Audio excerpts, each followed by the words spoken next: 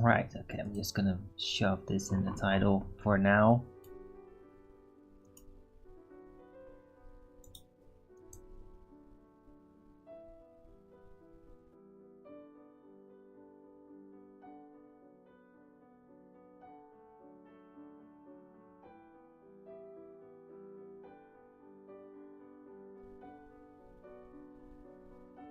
Slightly unspeech Charlie Kirk and support your local Arwin. I mean, yeah. We'll see if that's if we're gonna expand. Any feedback in the Rumble live chat about like the connection quality would be appreciated, or just say hello, whatever.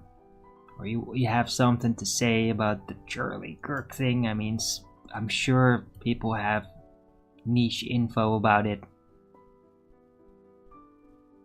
that I do not.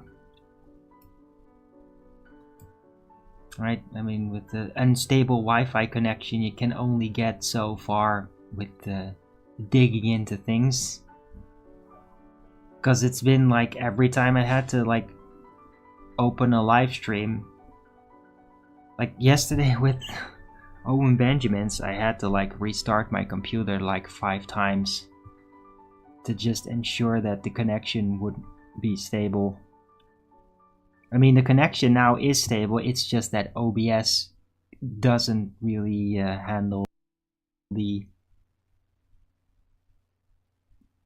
stream option. It's having trouble dealing with that. So the rest of my Wi-Fi is stable, like nothing else is like cut off or anything.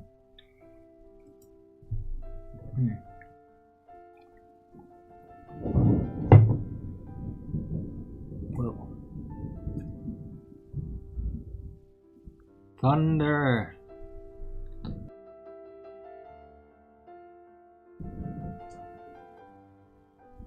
Yeah.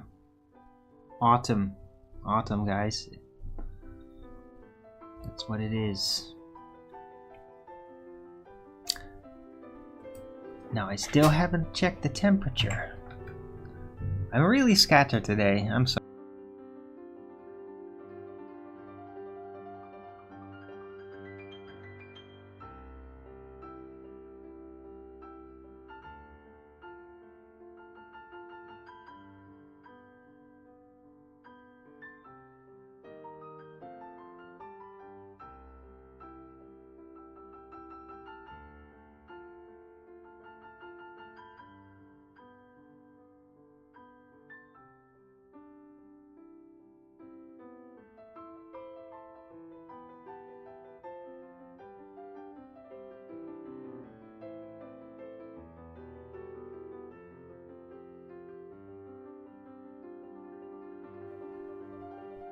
With a bit of rain here and there.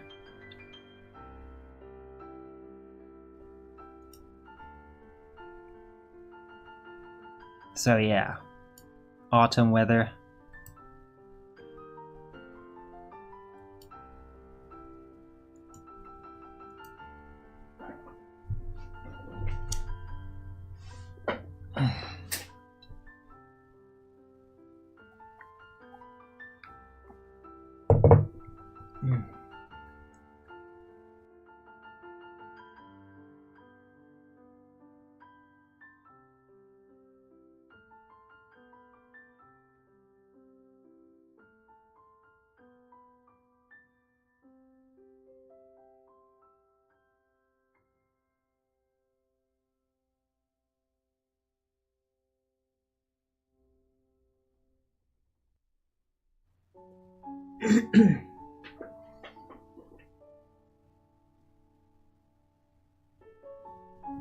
Yeah.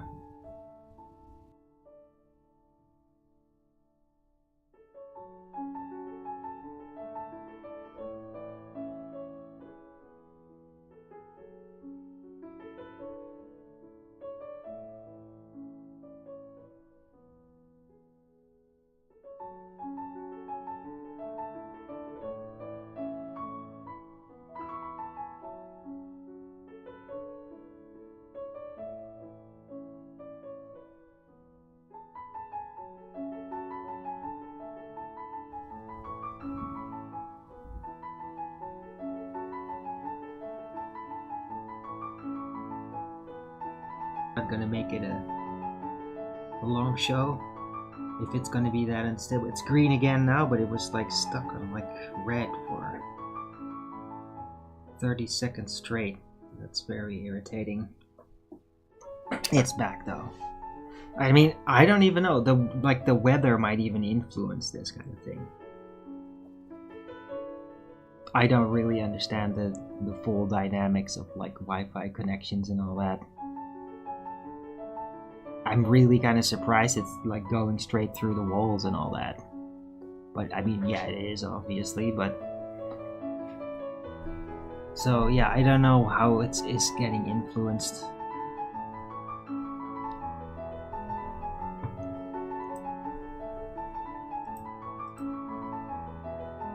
Right, so yeah, I don't need to go look around to see what's in the news because it's...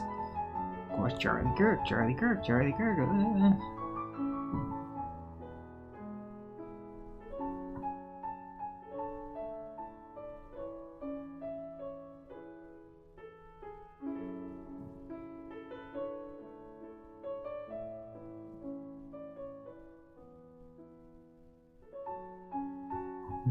My titles from the last period have been really good. Looks like I just get more and more effort. It works out better. Like, I still remember... Oh.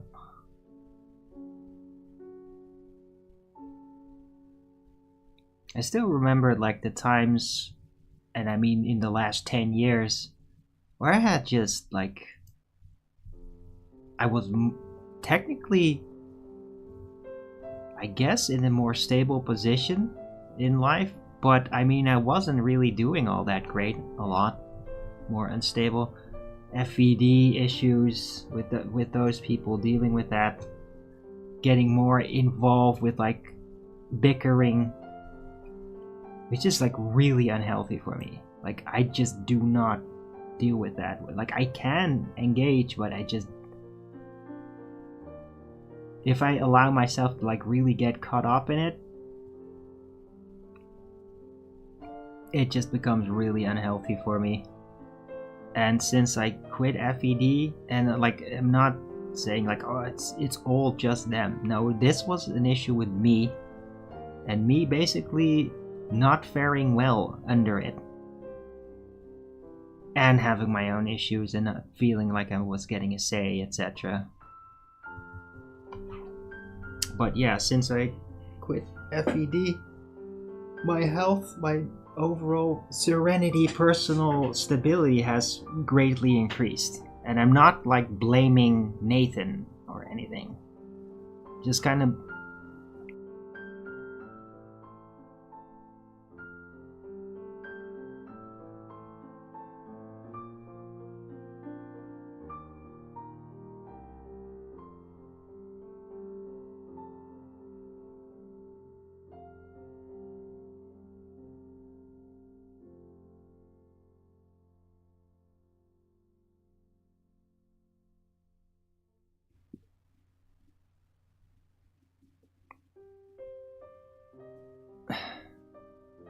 blaming Nathan Oakley, I'm blaming just the culture that has become of the bickering back and forth between anti-flat earthers and the flat earthers that respond to that, and can with arguments annihilate whatever the anti-flat earthers say. I mean, that is a thing, but you never get to the point where you get to win,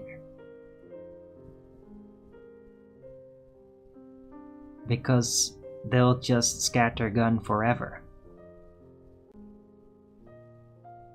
And so it's kind of a toxic culture to be engaged with that. You learn a lot from it when you do it, and you make real effort, and you pay attention. You learn a lot. But to like do that all the time, to me, it's just been unhealthy, and that's why I basically discontinued engaging with anti-flat earthers like that.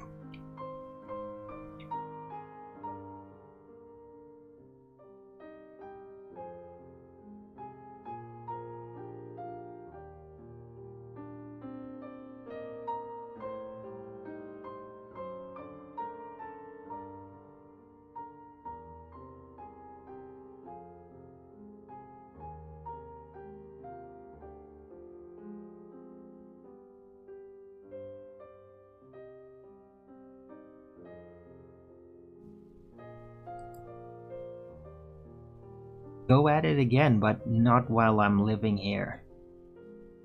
Because if I want to do that, I need to be sure that I can basically be loud without being a bother to anybody. And over here, that's not the case. Because when I get loud, it bothers people. It bothers my roommates, and I really can't do it.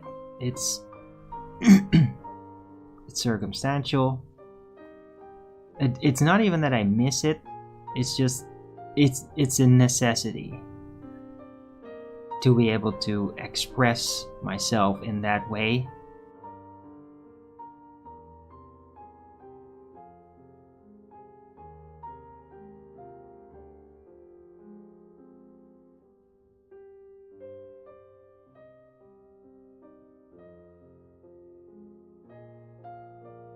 When I engage with anti-flat earthers or people that are like really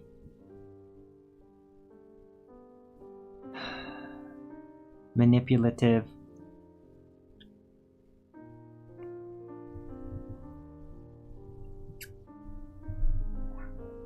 right? But I don't like doing that. I don't like that state of being, and it feels unhealthy.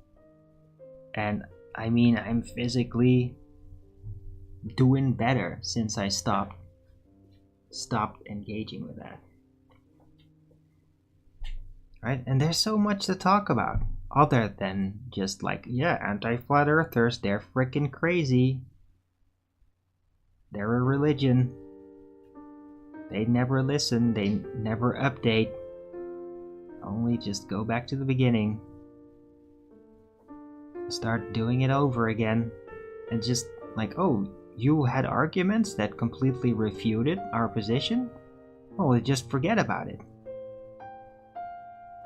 And the next time roll out the same story like you never heard the rebuttal. And that's what they do, and that's what they always do, and what they always will be doing. Right.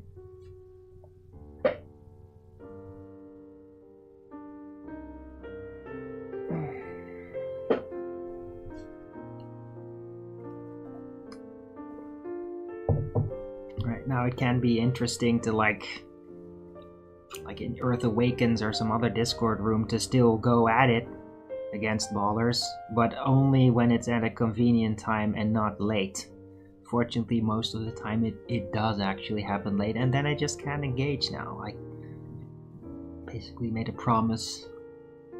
After 10, there's no more... I'm not gonna get into any more actual debating. Like, only very calm voice. I just have to hold tight to that. And I mean, I'm willing, because it wasn't like doing me much good anyway. Bickering with them.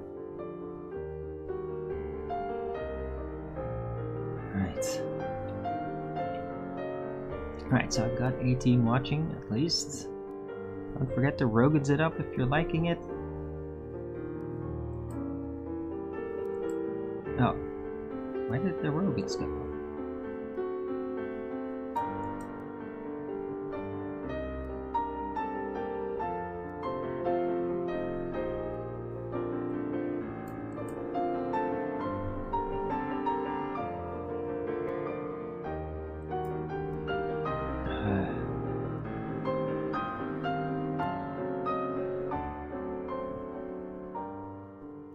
It's really weird how OBS tends to go into the red only when I'm talking, and then when I shut up it goes back in the green. Maybe it's just the verbal information packages are too much for it.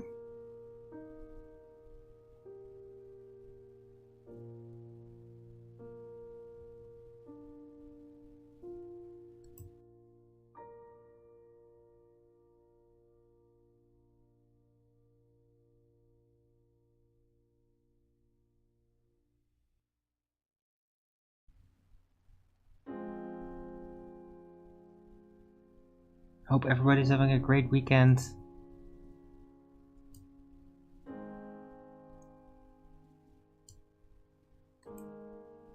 maybe people are just dealing with like, it's autumn. I'm having issues. Like, I'm kind of missing the summer. Yeah, I can't stay summer forever.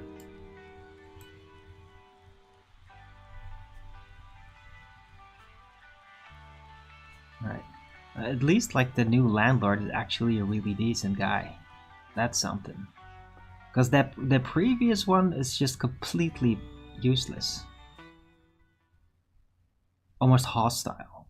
Like, never responded to anything.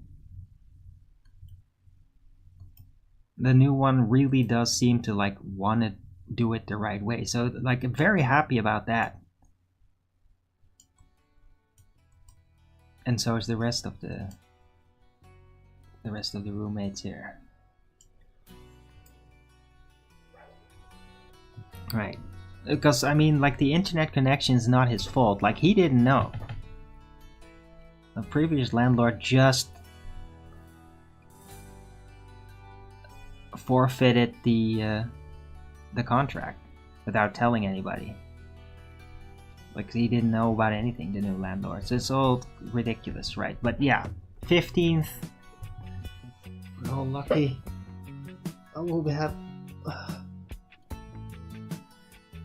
We're all lucky I'll have a stable internet connection back and things can go back to normal and can just more exclusively worry about money and that kind of shit.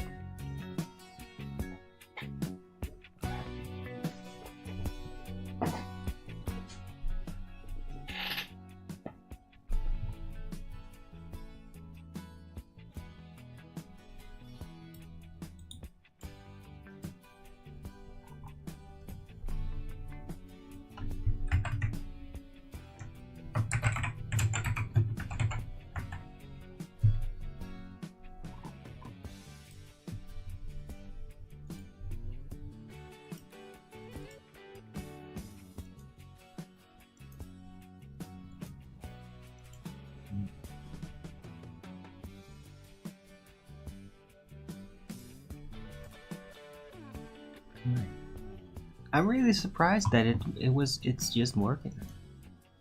Except for the OBS kind of cutting out every now and then. I'm surprised that it's like that I've just been streaming over Wi-Fi. It's the first time I've ever tried this.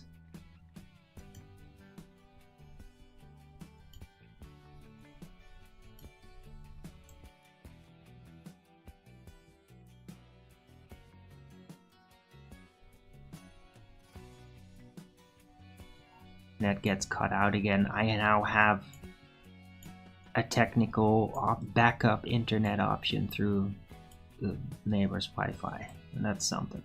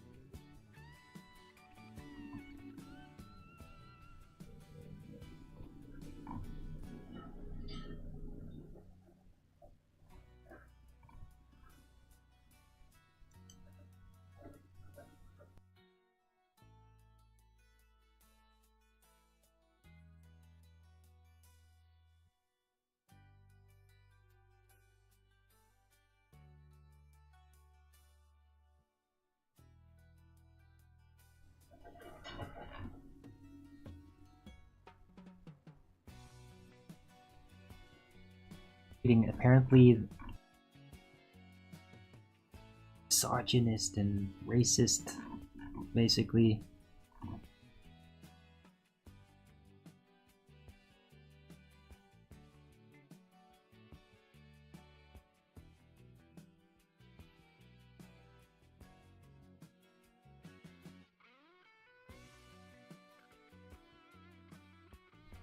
As, I mean, everybody expects them to do that because they're disgusting frickin' Marxist scum.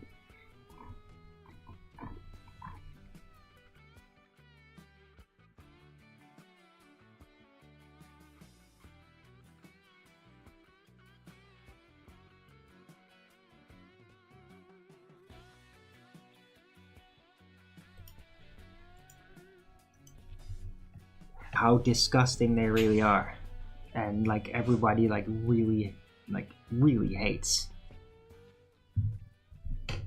the national news broadcast organization because they are just disgusting political scumbags. And they shouldn't be, because originally the national news was specifically non-political. Like, that was a whole big issue.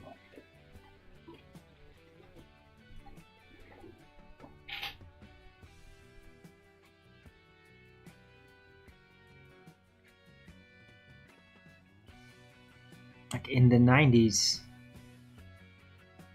the news, national news, NOS, like was proud to not be political, to not get caught up in political schemes. I mean, to be like really neutral about everything, and they did pretty well back then. Wasn't perfect, but yeah. Now it's like CNN, it's just purely one-sided and terrible, and everybody hates it. Nobody trusts it. Almost nobody. Only really uninformed people or like statist cucks.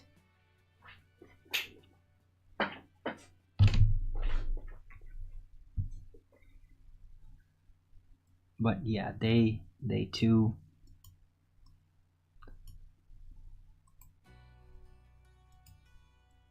shamefully expressed themselves about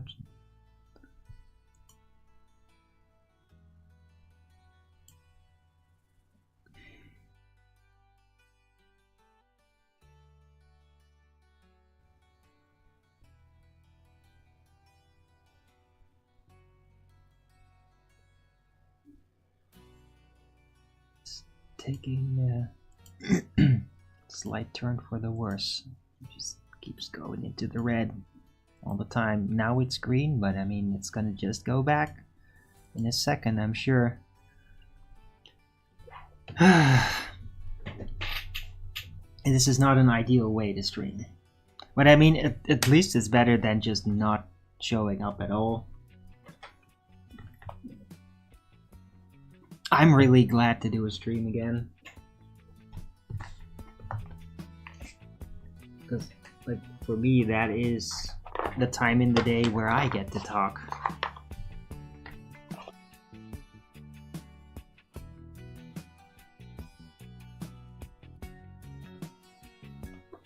And I really dislike just not being able to do a stream. Like, especially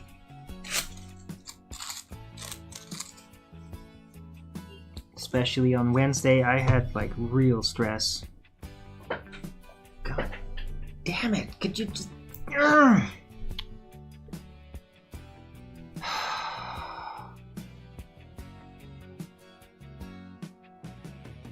Right, I need this show to be able to express myself. Besides just liking doing the show, for me it's like therapy to just be able to talk. And there's days when I just don't talk at all, like it's not good for me. I need to talk.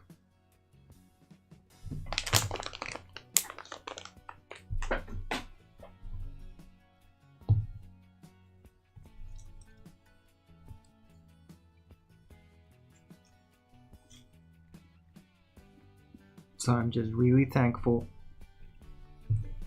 that I got some kind of internet connection and can do a stream, even though it's having issues.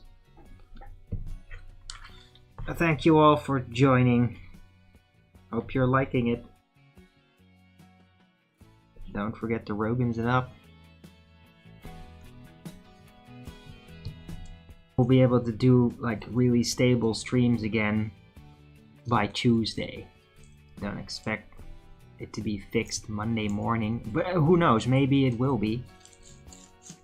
But expect normal stable streams, the normal stable early bird show starting at Tuesday.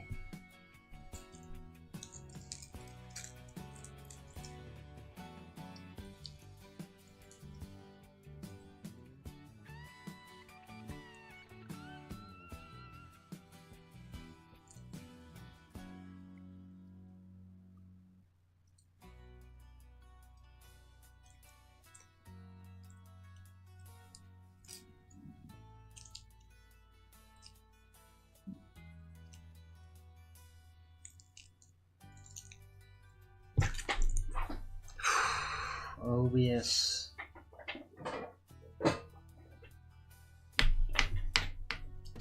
It might have something to do with like the settings.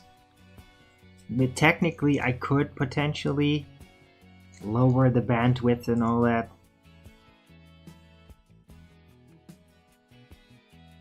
To make it more stable, but yeah, I'd have to mess around in the settings and I don't want to do that. So this is unfortunately what it's going to be, with OBS cutting out every now and then.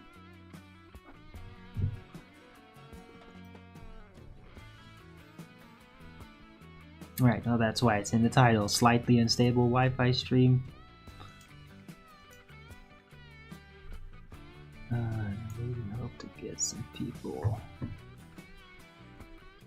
actually talk back to me.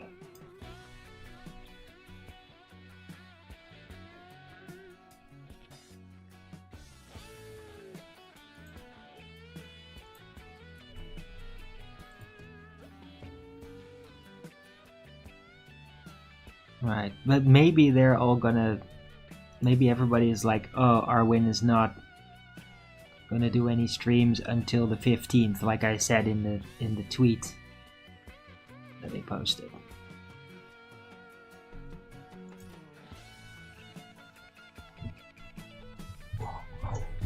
Alright.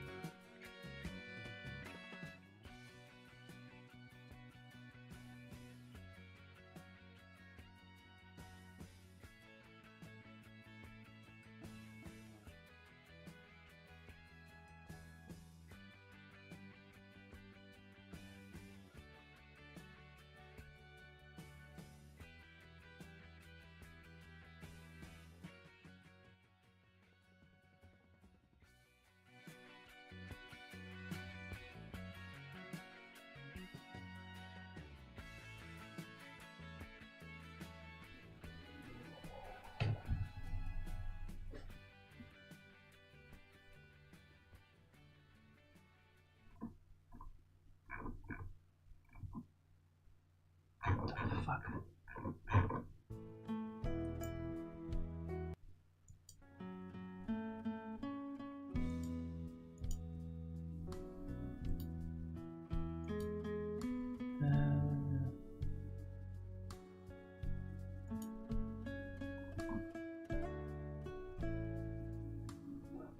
Oh yeah, Benjamin brought up interesting stuff about the whole idea that the United States may have been the biblical Israel. I mean, there is really something to this.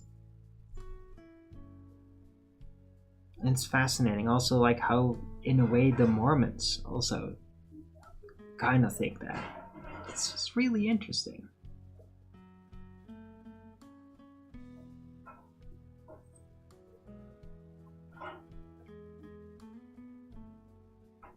Gives like like from that perspective too, it's like interesting that I went to the United States as a baby.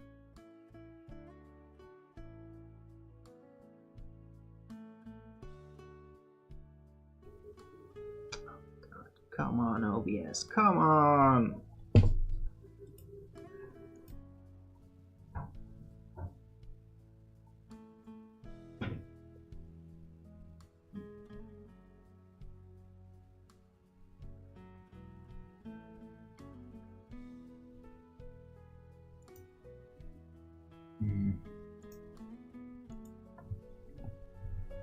It's just kind of funny idea like that. As a baby, I went to the United States, like 0, was just born.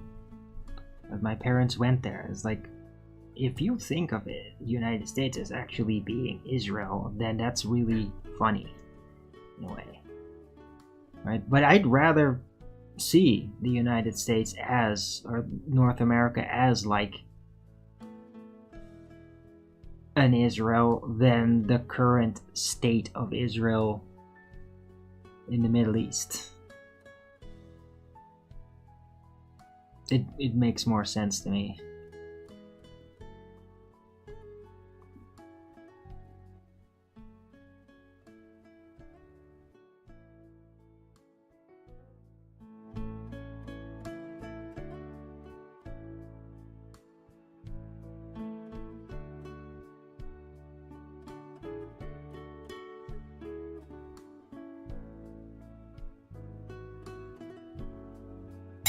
Don't forget to Rogan's it up if you're liking the show.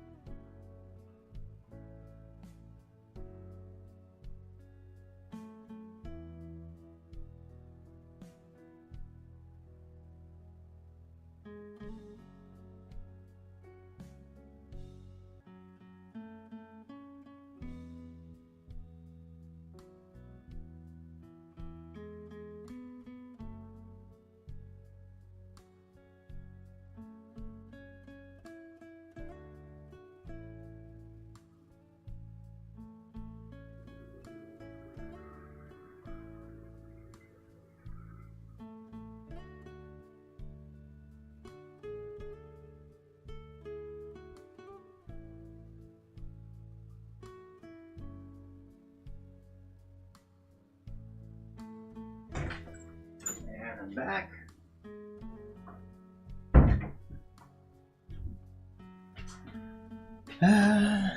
Oh, of course, the connection was green. Now that it's showing up, it'll go straight in the red. Or not. It's all good. Right, anyway, I hope everybody's having a good weekend. Ooh, there's a bit of sun coming through. That's always interesting. Maybe then I'll see a rainbow.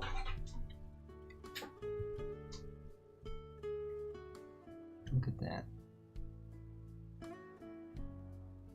Sun coming through. All the big clouds are up there still.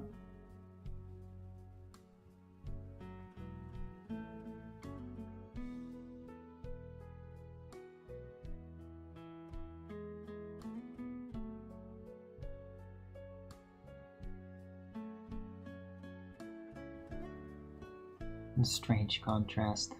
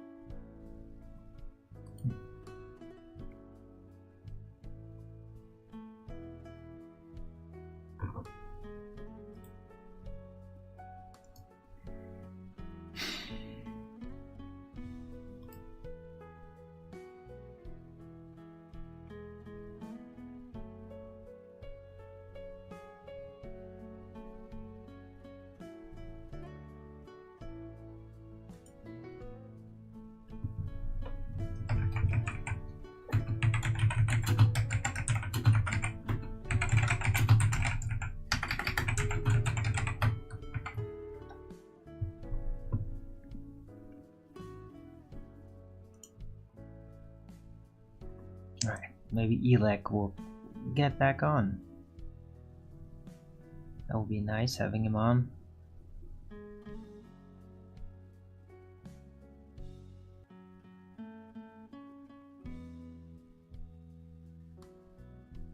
Huh. Respondent.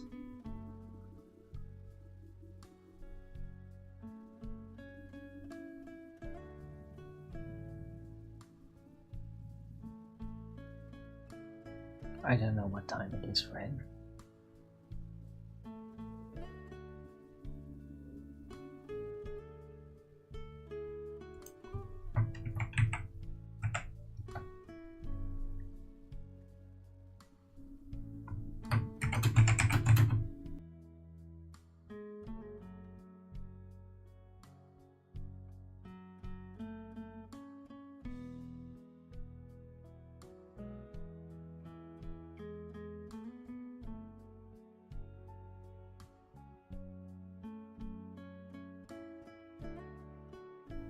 Oh, he's just like wanting to come on.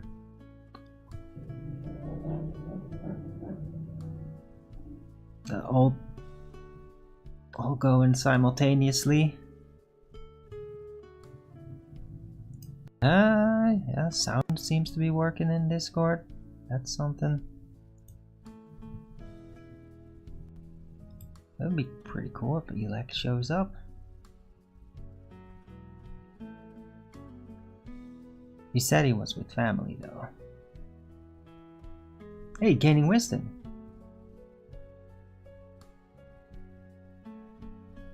Huh. Alright, well, OBS seems to be stable. I don't know if OBS is going to be able to actually handle it. It's still going to go back and forth, but at least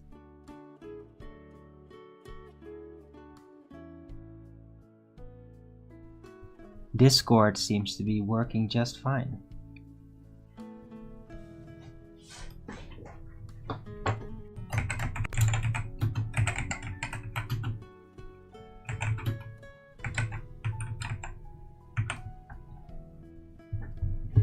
Right.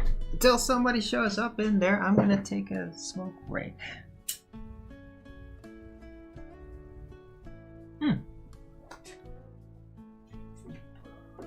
Hey, Elec.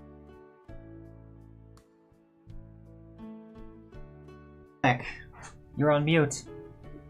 Yeah, I was just in the middle of doing a smoke break. I hope you don't mind. You don't have to like speak up immediately, but I kind of like want to do this smoke. But thanks for showing up. Hello? Just give me 2 minutes. All right, excellent. Yeah, that's exactly what I need. So yeah.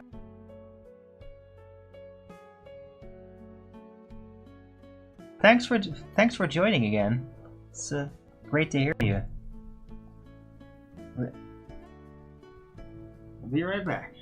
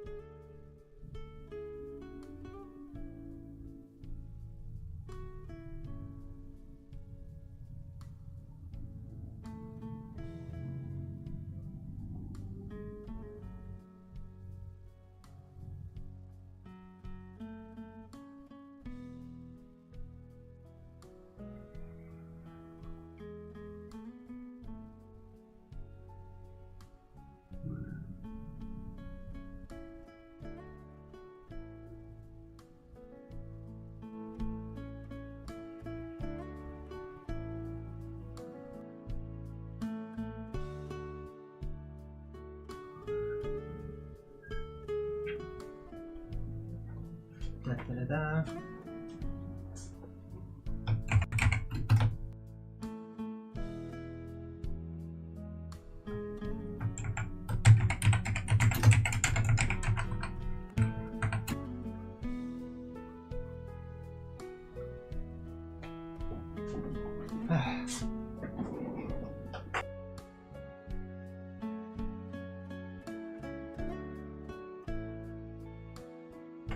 Oh, what a nice surprise to have a guest on again. All right, just one moment. Oh, no problem.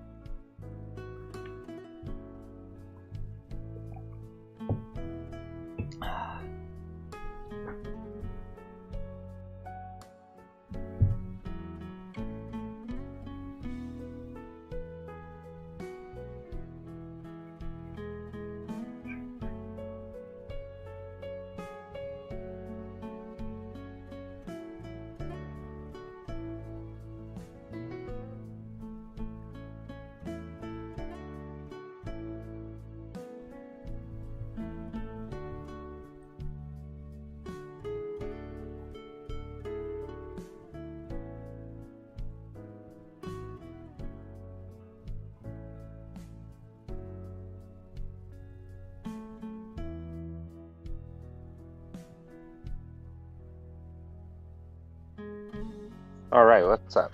Hey, yeah, good to have you back, man. Yo, I'm glad, dude.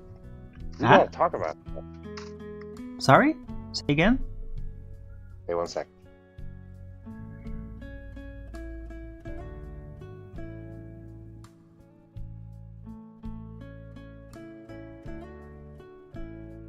Hmm.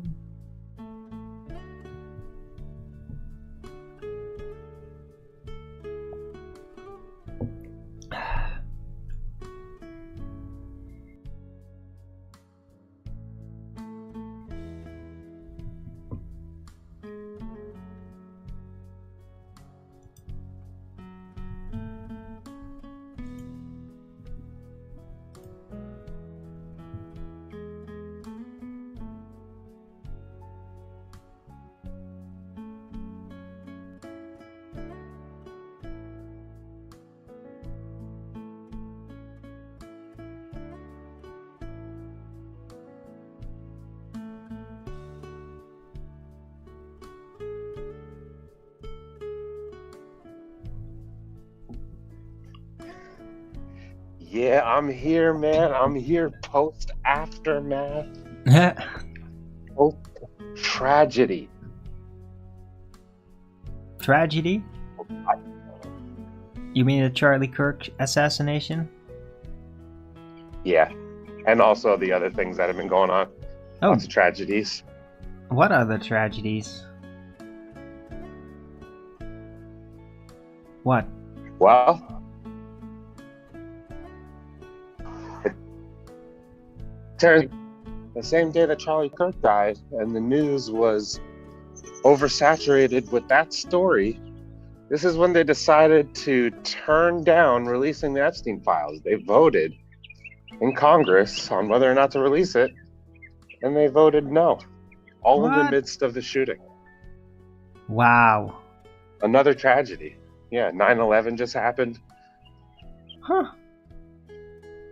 I had no idea, but I mean, yeah, no wonder that it's the Charlie Kirk assassination has been given the green light all over the world. Because that's, of course, the perfect ultimate distraction. Right? Because I don't think anybody, or this is the first time I'm hearing about it. Don't know if he can handle all of this.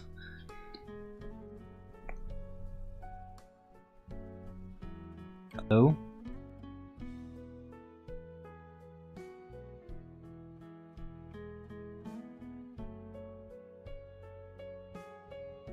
Yeah, it's gonna be a rough moving forward about all this info, and they're not telling anybody.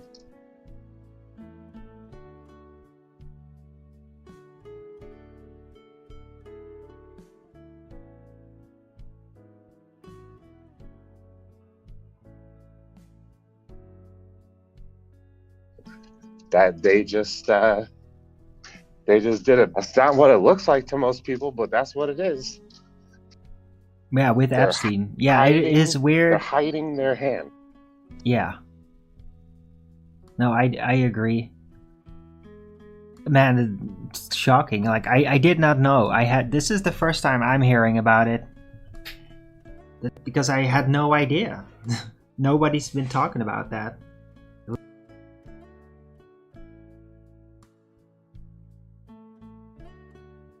Everybody's just been talking about Charlie Kirk for, what is it now, 3 days straight? 3 days straight, non-stop droning.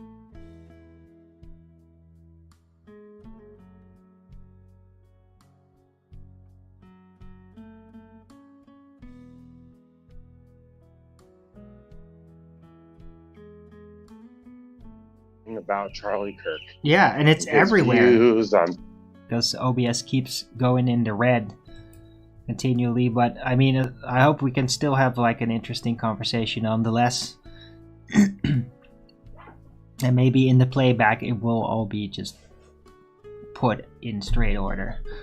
We'll see. But yeah, Epstein files not being released. Huh.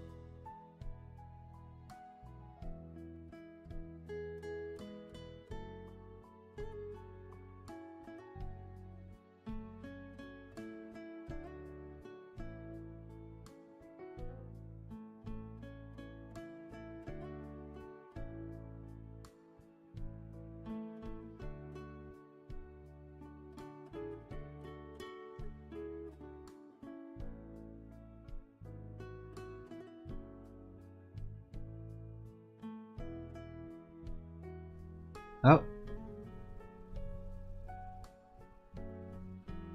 Loaded. I hope so. But yeah. I understand. Right, but I'm really glad to have you on, though. Thanks for participating. Yeah, dude, I like what you do. I'm happy to be here. Well, thank you. There's a lot of crazy things happening in the world, man, and people don't know how to really decipher all this stuff. Right. Well, to be fair, a lot of the time I don't even know how to decipher it anymore. It's yeah. I just try There's certain ways. Sorry. Yeah? There's certain ways to analyze this stuff. Right, yeah, with the whole Charlie Kirk thing, it's just, I feel like... That's the topic on everybody's mind, is Charlie Kirk. Yeah. But I think that in a way he did kind of like sought it out, sought a martyrdom. Like he did actually, because he would like go for it, like do it. I wasn't tuned in 100% to everything that he did, but I did notice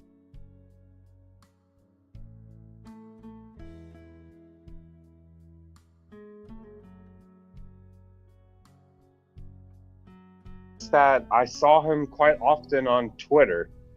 People clip up his debates, his little hot takes about political views, whatever it might be. And he seemed to be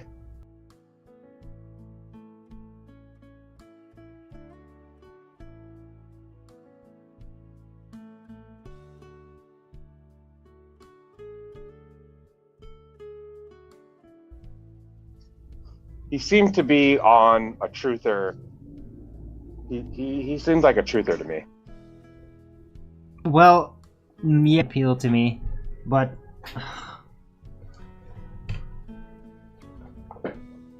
yeah, he definitely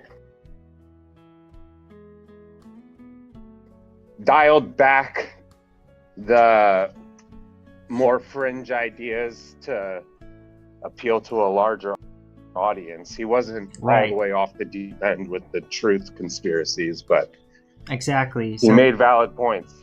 Yeah. He did like seem like a decent enough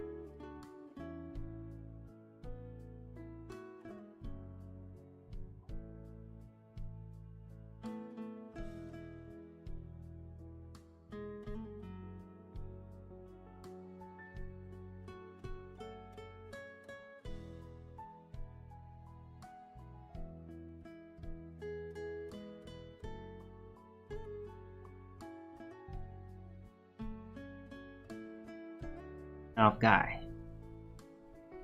But I mean, yeah, and it's rough, man. I mean, he had like a wife and little kids. It's so strange to me that like a lot of people that hang around here at the Earth Awakenings and all that start saying like, he's not dead. Like, yeah, but there's no way that a guy like that's gonna fake his death and then just leave his wife and 2 little kids. Like, there's no way. It's just, it can't be fake.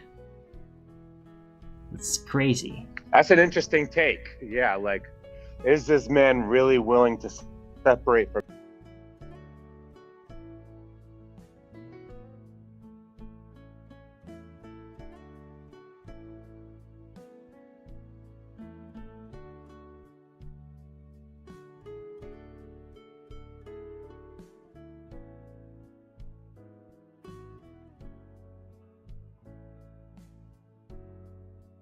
his family for some kind of weird that's coming from all the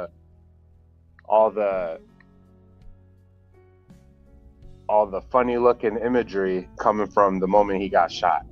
That's why people think it's fake. Yeah, people draw conclusions about whether it's fake or real way too quick. And I think it's like kind of the same response that people had to like the Trump shooting. He got shot in the air. Which, I mean, that might be... There's something suspicious about it, in a way. Right? I don't really know. I don't want to get into it. But because of that, a lot of people, I think, are just like... Yeah, you see a lot of that.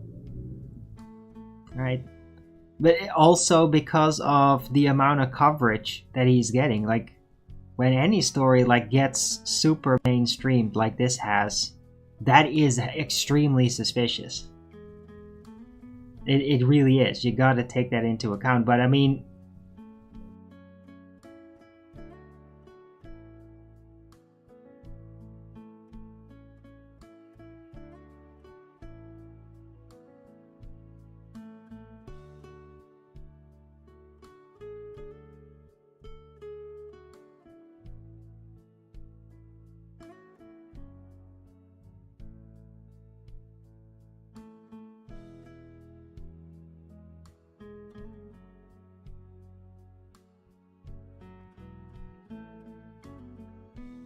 if what you say is true and they voted down releasing the Epstein files, then there's a... And then Charlie Kirk was talking about how he feared that he was going to get killed by Israel, like, you know, leading up to this. Yeah, that too. It looks very premeditated. Premeditated? In what sense?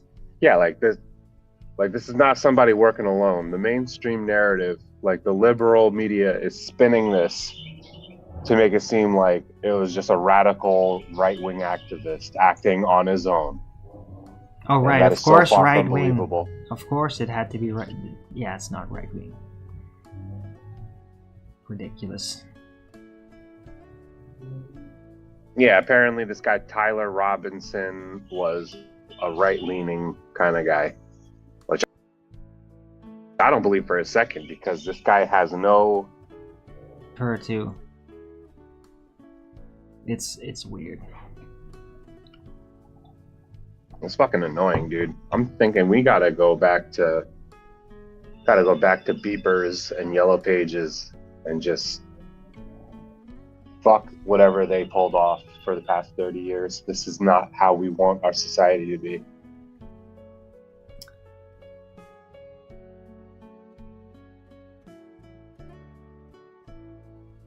Right, but I mean, in a way, it is due to programming. It is really like the mainstream setting that does breed this culture, that does create that. It just getting off the internet is not gonna make it go away, because it's basically like the state media, even though it's not necessarily from the state. It's big corporations that do that. But that narrative is being rolled out top down for quite a while, and it's like its own culture, and it's just getting instructions on how everybody's just getting instructions on how to think and just be extremely politically polarized. It is really like a Marxist form of media. It really is. Like in every way, what they do. Just super hypocritical and super polarized against anybody that has opposing ideas. They're sick, and like that's what I think needs to be tackled. And interestingly enough, like before my internet got cut out again, that was in the last title of my show. Because it's almost like I felt it coming a bit.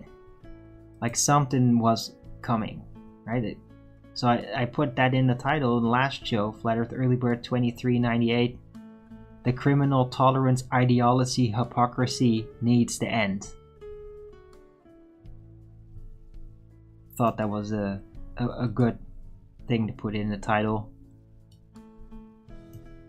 Because I really think that they are the cause of this. They have breeded this culture for a long time. Like in the 21st century, they really started doing this. And this is what has created these types of conditions. And people that are just like, okay, this is what our group, that they think they're a part of it, that everybody's getting programmed, this is what this group wants. And I think that... Yeah, nobody asked for this. Yeah, I think that the natural order just needs to be restored to like how the media and how media liberalness was in the 90s. Where it wasn't so riddled with hypocrisy yet. Like, I don't have anything against like liberal viewing points, as long as you're not being a political hypocrite about it. But the problem is that most of them are.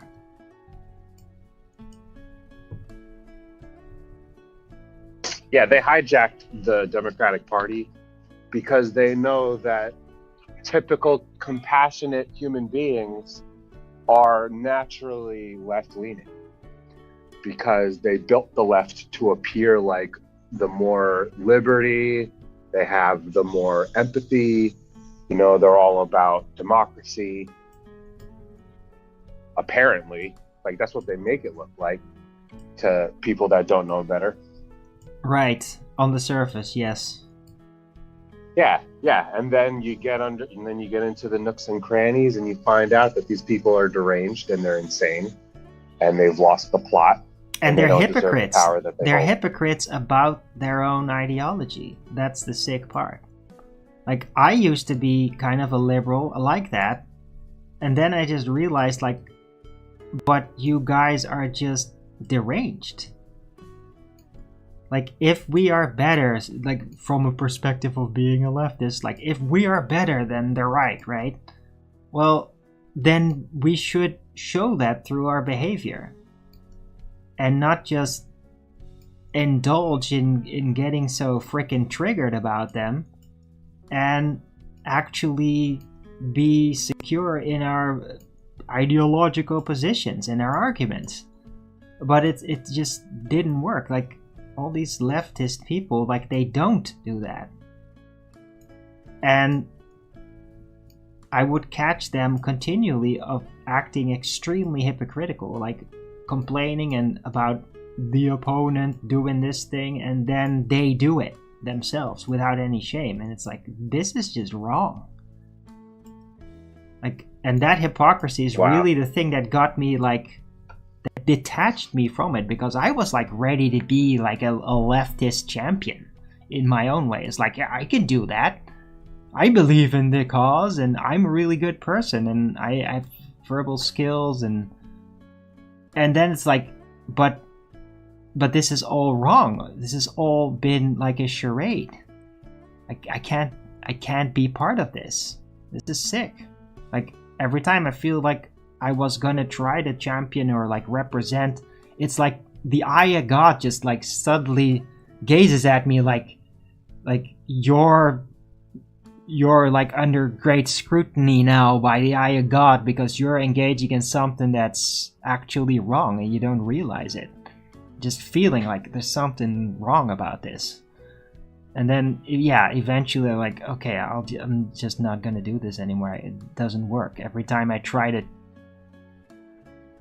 be more upfront, like, just get the eye of God giving me like a grim look, like, no. Because I didn't realize what it was, what I was being a part of, and that how hypocritical they all were. Like, when I was younger, I just could not imagine that people could be so hypocritical about things and be able to live with themselves. I just couldn't imagine it. We're in a fallen. I don't know if you consider yourself like a believer, or, you know, I don't know if you were raised Christian or anything like that. No, I was not. Let me know. No, I've really kind of found out about Jesus Christ on my own after all of it. I did always kind of like, I never felt like that anybody should attack Jesus. I would be very critical of like, yeah, you're a Christian, right? Well, then you should like actually behave really well. And not like, don't be a hypocrite, don't be using it as some kind of shield. Like, oh, I'm a Christian, so I can get away with it. And there's people even now that still do that. And that is like, that's the hypocrisy of the right, or the Christianity. And I have a real big problem with that still. I still do. It's that they're just using it as a weapon problem. Why I kind of like was on the left side, because I would be seeing that hypocrisy from Christians or self-professed Christians, and like, this is just wrong. Like, they are wrong. They need to be stopped. Like, in a way, like, they're defiling Christ is what I felt. And look at how everything is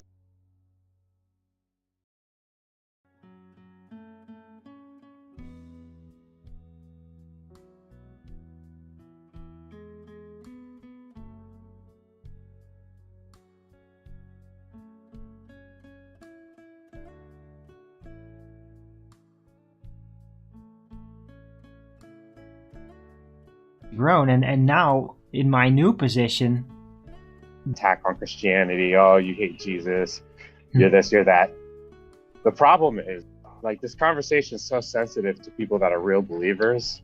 Yeah. Like, anything pertaining to investigating the real identity of this person that claims to do miracles. Like, if you look outside the Bible and you're trying to look into it and what other people are saying about it, you're finding alternatives, and that freaks them out because the Bible is helpful. Because, like, what I value about the Bible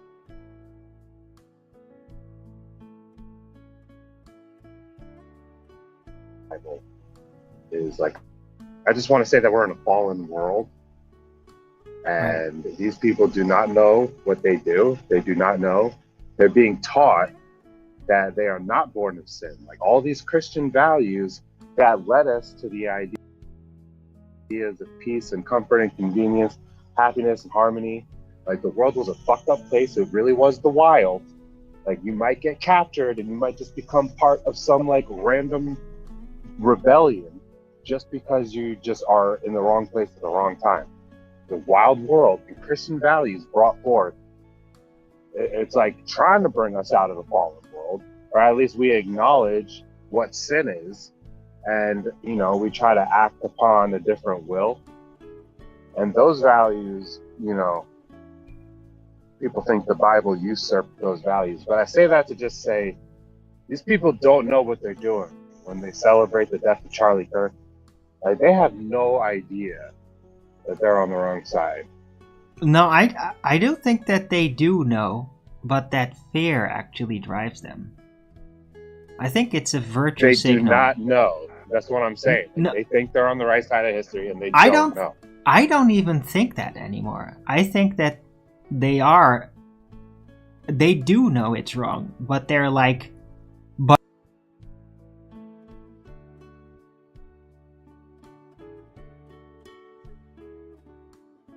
but it's our side, so we have to do this, or we might fall and just shot somebody, basically. And, like, if we don't support that, then we might become it. I think it's that. I think it really is. I think they're more driven by fear and spiritual imprisonment, that they're basically, like, virtue signaling to the ward of their prison. Like, yeah!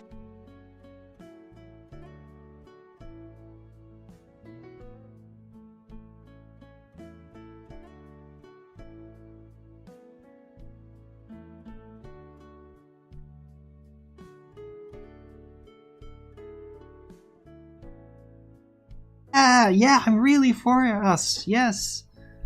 Assassination, like, there is no possible way that anybody could ever justify that logically and really truly think that that's the right thing. There's just no way. Like, they have to know, they have to feel something, right? And I think that they're, like, doing it out of fear. Like, they're afraid that if they're not open about virtue signaling, supporting their side even with these kinds of things, that they'll fall out of grace with the movement. I really think so.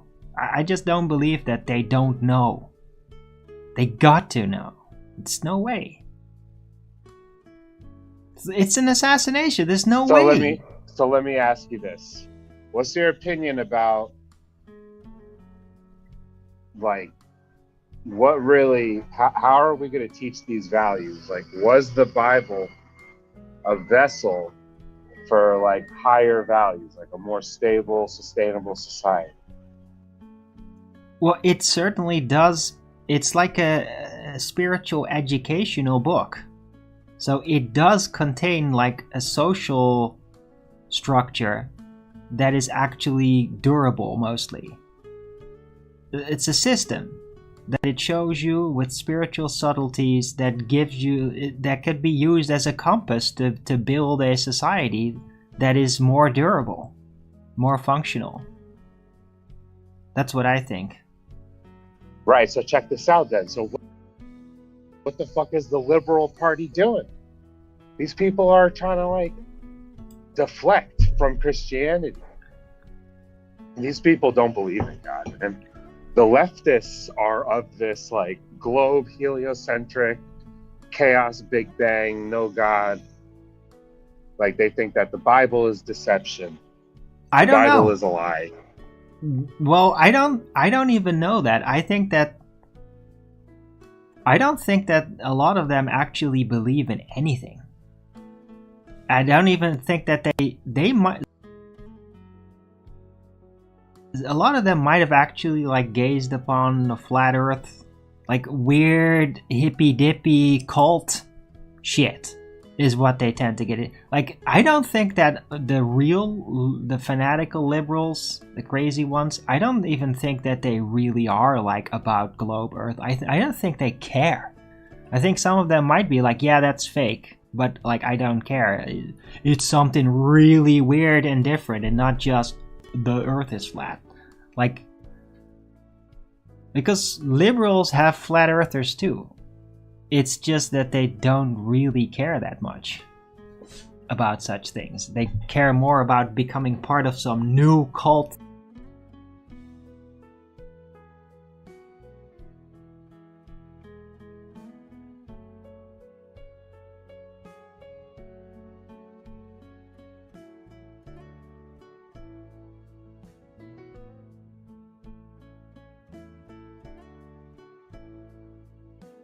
Thing and lose themselves in it. That's all the rage now. And like the climate change cult is one of those, right? I mean, we do get to deal. Yeah, they don't have a clue. They hear these concepts and they don't even form thoughts about them. Probably, yes, indeed. That's what I think too. That's crazy, dude. How are we in such like just an unresponsive state? Like they really got people. This is what's going on, dude. Everybody's isolated into their own little sphere of truth. What they put is like their perception of truth. And everybody feels like they're just alone in the wild of the plane of consciousness. And like everybody, like nobody feels like that we're all connected. Like there is no hive mind to be achieved. Like that all these divides is because they truly are like manifesting their thoughts from nothing. It's like their belief of like the structure of consciousness makes them think that there's no connection to be had with others. That the reason you disagree is because you're isolated in the plane of consciousness. I don't know. I don't know how conscious they really are. I think that a lot of like this left-wing ideologists, extremists, I think that they're basically all about the autopilot and they don't want to be consciousness. I think that a lot of them see being reminded of reality, which is the integral part of consciousness, I think that they see it as offensive. Like they do not want to be reminded of the truth, and anything that points at it is like it hurts. Actually, genuine self-reflection, they despise it because they hate consciousness itself. They don't want to be conscious of reality. They just want to go on some autopilot, some railroad prefab thing so that they don't have to be conscious. Because that's what this left wing, this Marxist programming is all about. It's all about the autopilot. Just telling you what to think and feel, and then you know you have the instructions and you just follow the instructions and you just don't be conscious. You don't respond That's with right, actual dude. consciousness.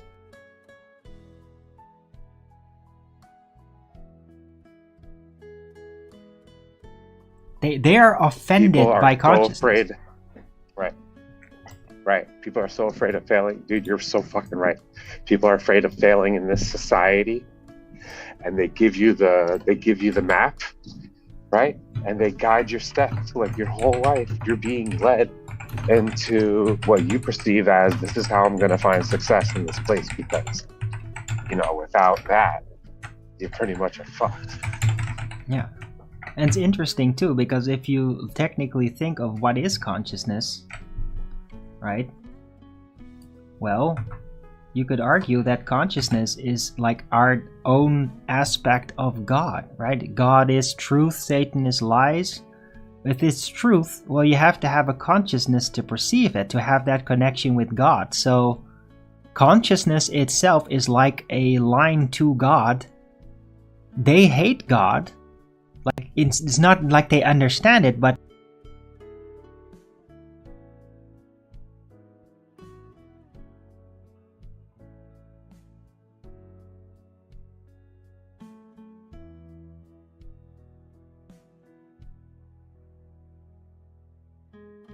like instinctually, because they want freedom from God. They hate God.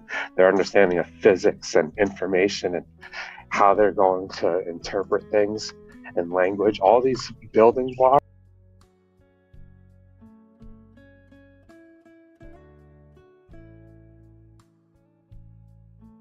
for your comprehension of reality is formed when they're like 5. And this is when they're telling people that those steps away from being connected. They're lying. They're telling you that there is no... Kids experience the wildest things. Right. Well, they paint over it. Kids have out-of-body experiences. Yeah. Like when they're wide awake. I know. I'm one of those. A lot. And I still have it. I call it dream walking, but I still do that. But as a kid, yeah, I mean, I lived in like 2 worlds all the time. I would have like vivid daydreams all the time. So, yeah. Yeah, so we're being led away from, really harnessing and honing out this capability. Yeah, but they give us it for our own protection, though, because it is very confronting. And again, when you become conscious of reality, well, then you basically get burdened with that knowledge of reality. And a lot of people don't want to take the burden. That's what the freedom from God, away from God, is all about. It's about refusing the burden of understanding and knowing and taking responsibility. They don't want to be peer pressured by reality itself, by God, into taking responsibility for what they understand to be reality.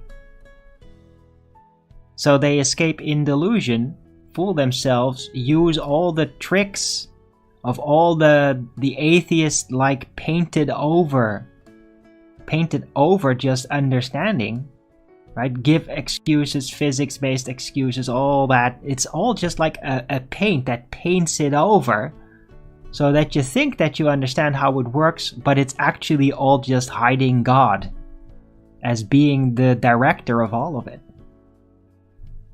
And that's I'll be back in 1 minute. Sorry? I just need 1 minute. I gotta take stuff out the car. What? You gotta fix the car?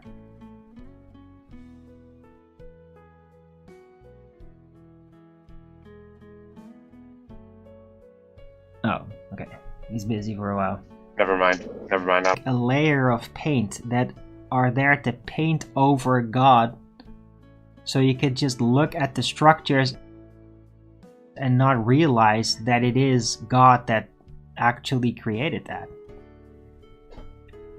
Right, when they're worshiping them, their institution, their brand.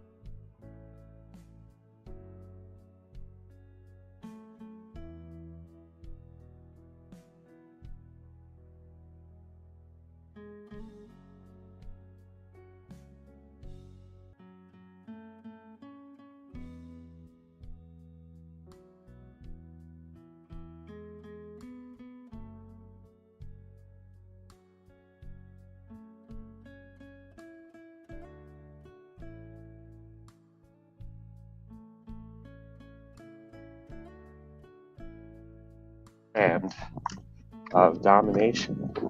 Everybody works. Was a political theocratic tool to make people burdened through knowing where they then seek a desire to relinquish that burden, and they have to go to the church to be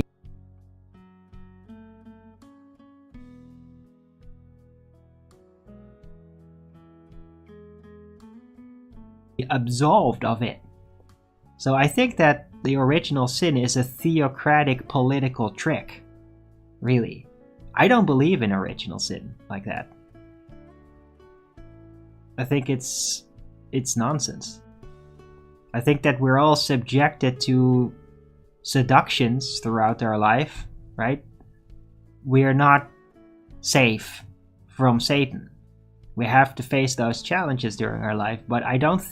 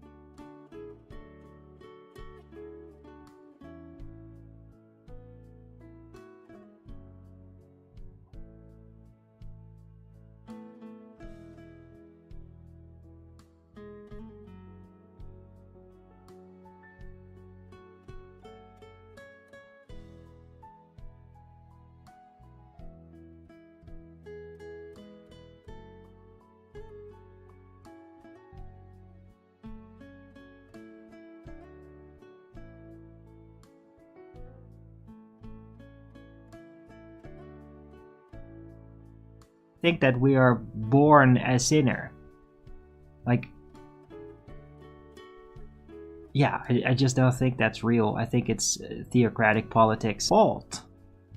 It's our challenge. It's not like you have a mark when you are born and that is like the original sin. It's like, no, it's the condition.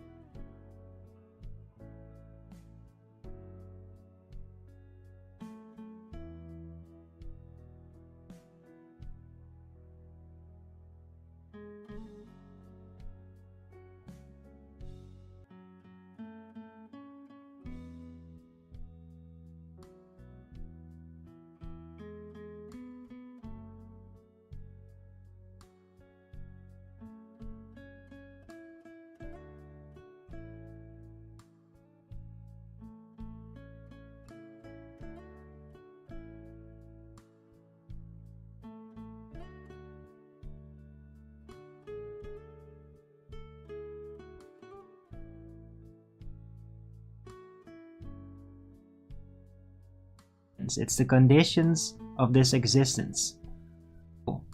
No, we do sin, but we sin Oh, is that during what you life. meant? Yeah, I didn't know that's what you meant, actually. that's the original sin idea. It's like, You have sinned before you were born. That's like, isn't that a Calvinist position or something like that, they say? yeah, I think so. But I mean, it's pretty universal, though. It is kind of like it's Catholic, too. I don't agree with that. No, I don't agree with that I don't agree either. with Like, Children that's the are whole... innocent. Children have no inclination to do bad things, but they're born into a fallen world.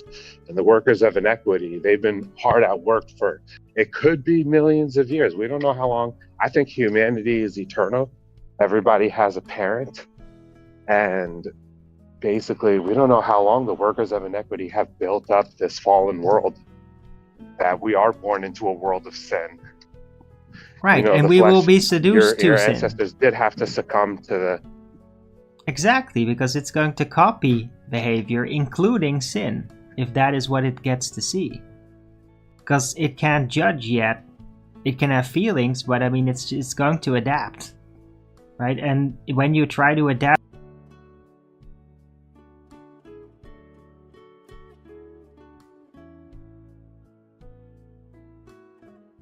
up to a world that is riddled with sin, then you're gonna take on some of that sin. And it's like, you basically, I do believe they are gonna probably be wrong at certain things and not really be blind to it. The kid is just going to take that as normal and maybe oppose it, but also, even though opposing it, end up doing the same thing, echoing it, because they've been enduring it, and so it is a part of them. See what I mean?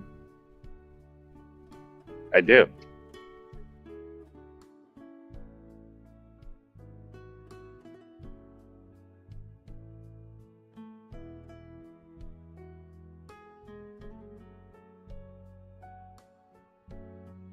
Right, but I don't believe that. So, that yeah, you, that's why I say these people don't know what they're doing. They really don't know what they're up to because they're not taught the Bible. They don't understand. Sorry. No worries. You were saying? They think the right wing has embodied all these racist values. Like, if you're conservative and if you think it's a good thing that Trump is in office, then you are willing to hand wave racism, bigotry, misogyny, and fraud, and being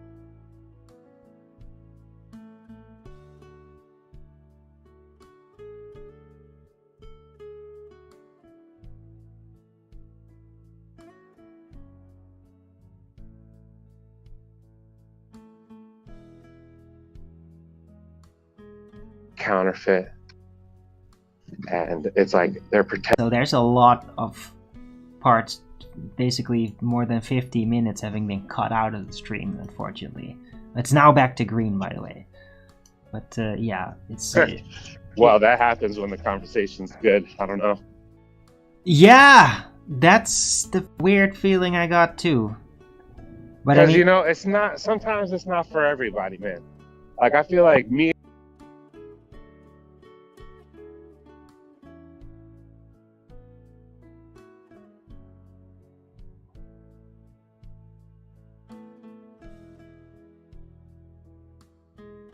and you, I think that we understand things on a really different level. Like, I think that you're kind of like 1 in a billion, dude. oh wow, And thanks. people don't share your perspective on lots of things.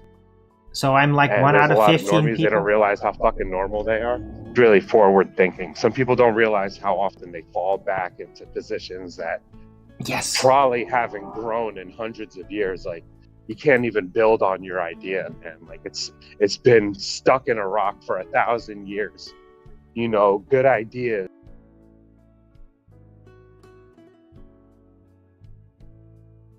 allow for growth. And if you got me stuck believing the same thing for 1,000 years, I think that's a fucking problem. And like, gotta grow up. I agree. And I mean, I Getting really... stuck doing the same thing for 1,000 years, that's a psyop for sure. yeah. But I thank you for the compliment. I mean, that's a really big compliment if you're going to say that I'm like trying to set a higher standard, Yeah, because I really do attempt that. You got a unique perspective. Right, but it's also like for example, try to not bicker with people, try to not complain. Because those things are like so prevalent out there. So many people like there's people out there that other people on the internet seek out just because of how they complain all the time. And I'm like, I am not doing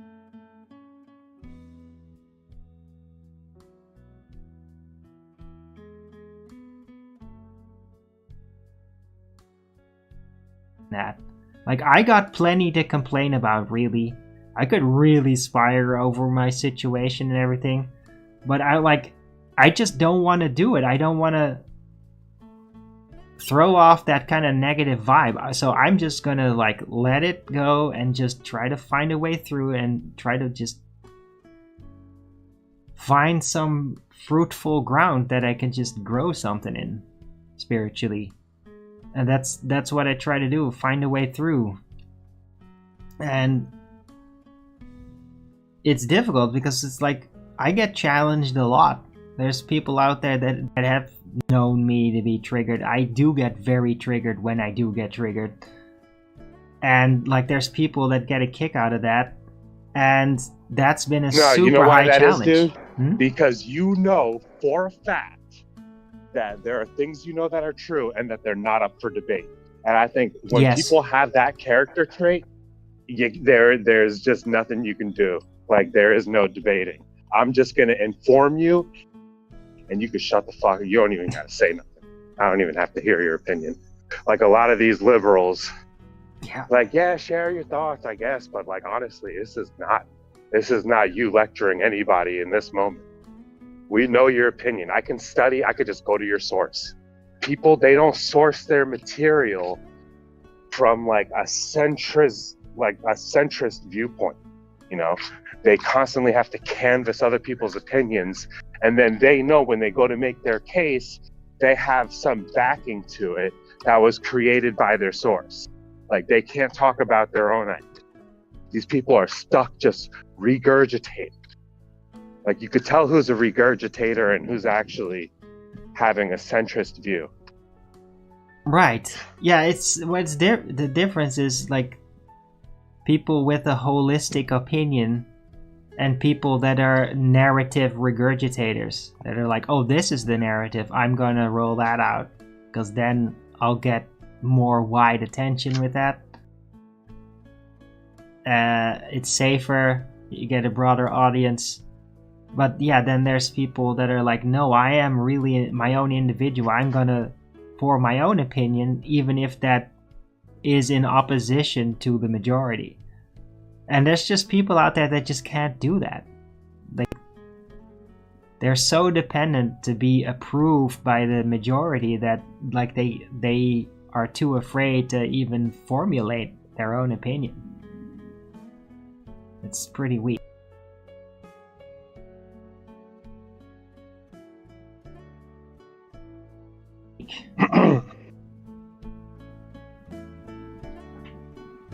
Right.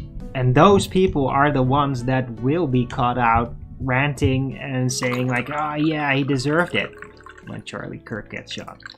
Because they can't have their own opinions. They're too afraid to fall out of line.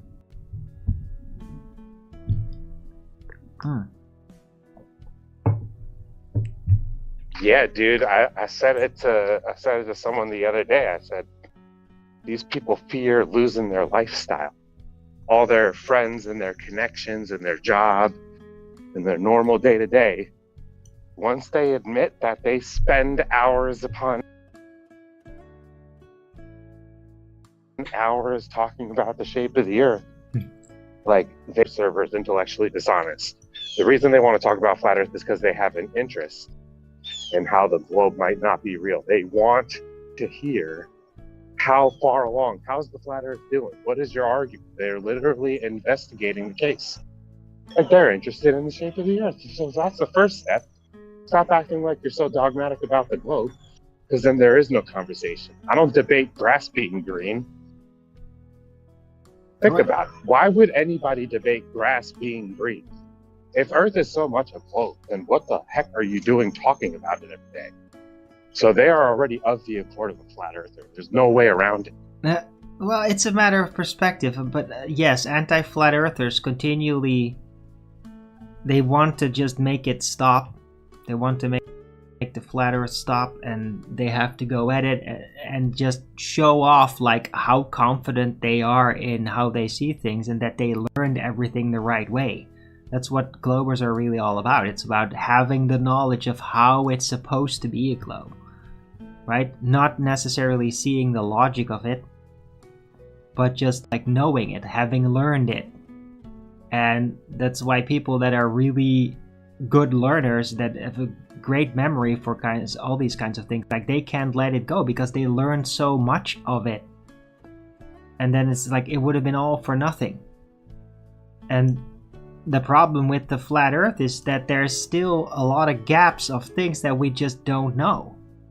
And that for people that form a world view based on things they learn in books and all that and rely on that, that's terrible. You can't have gaps. That makes you feel very vulnerable. Like they can't handle not knowing. Right? And that's the one thing that like the whole globe religion provides. It's the false sense that everything is known. To fill it all in. And they're dependent on it. As a flat earther, you don't get that luxury, and people still fall for it, and you get caught out feeling vulnerable when a glober goes like, oh, so you don't know? Then you don't have an argument. It's like, no, I do have an argument. Just because I don't know these things, because they are not known, doesn't mean that I'm not right. It's just, we just don't know everything. And that is like a blasphemy to a glober. Like, they hate that. They want to know the everything. backbone of the globe. The backbone of the globe is the apparent measurement of 1 degree per 60 nautical miles when measuring elevation angles to stars. Yep. And when they do that in the southern hemisphere for the nautical almanac, there's meridian corrections. Like they claim that there's so many anomalies happening, like refraction, magnetic anomalies, and the oblateness, the shape of everything, and magnetic fields being caused by the ocean. They just say, well, you know, when we get around here, we make corrections. Like this is what the angles of the stars should be on a globe, and this is why they're in the position that we actually see them. Yeah. That's the backbone of the globe. So we just got to investigate the southern hemisphere. That's all we have to do. They just pretended they investigated the southern hemisphere. And there's actually no real proof that they even went there. No, barely. I mean, the South Pacific is very mysterious in many ways.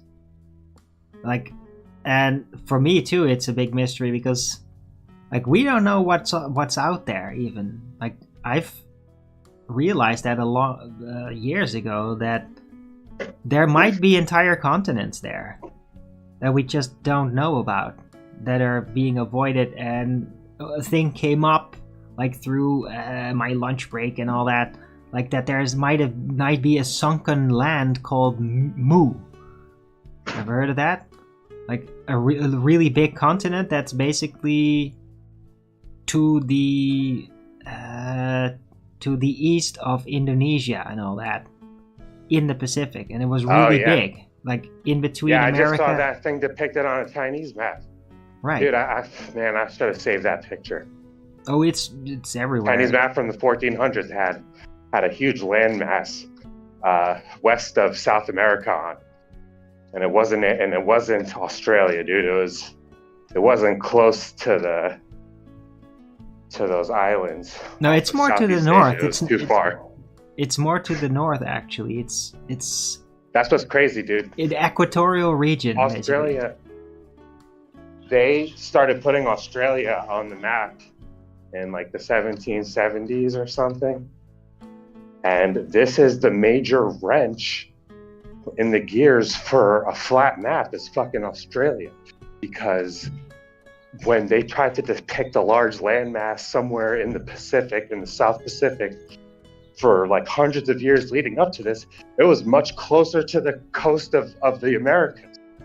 And now they're like, oh, well, actually, it's like over here. And it's like, dude, what if that landmass over there isn't the one?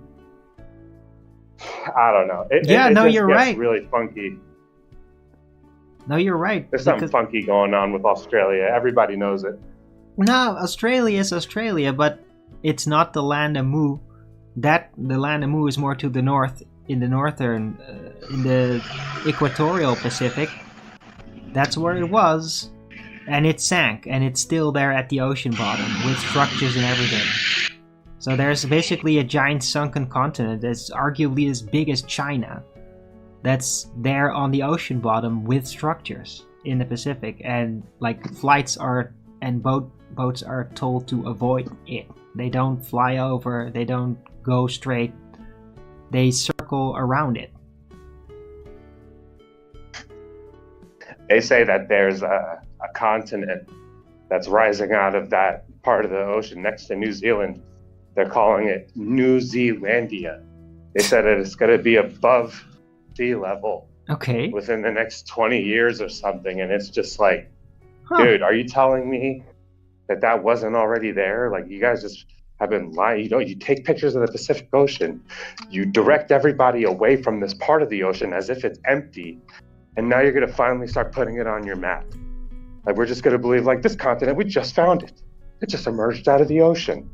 Just wait till they start putting New Zealandia on the map and how dumb everybody's going to sound. Like, the Globers are going to sound so stupid. Do you have some picture of that? I've never heard of this. It's interesting. Yeah, just type in New Zealand. New Zealandia. Like spell New Zealand and then put IA at the end of it and type in new continent. And they'll tell you there's something like, you know, it's like half the size of Australia. Really? And it's like somewhere off the coast of New Zealand in the Southeast Pacific. And they're saying, well, it was underwater and it's emerging out of the water now.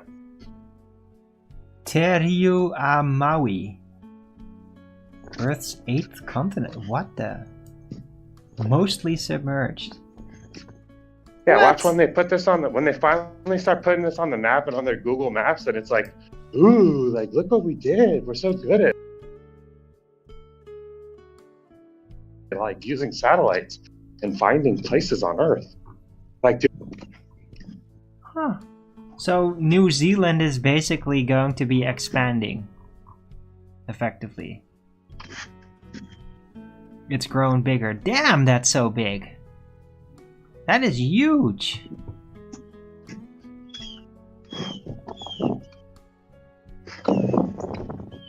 Holy shit. It's a huge landmass that they're claiming. We haven't seen it until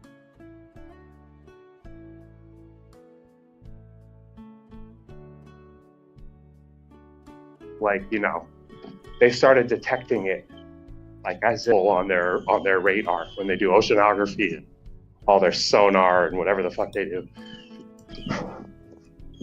Okay. Which is just baloney, dude. I don't believe it for a second. I don't believe that they just found that place. They've just been redirecting everybody away from it for years. Just like Australia, just like Hawaii.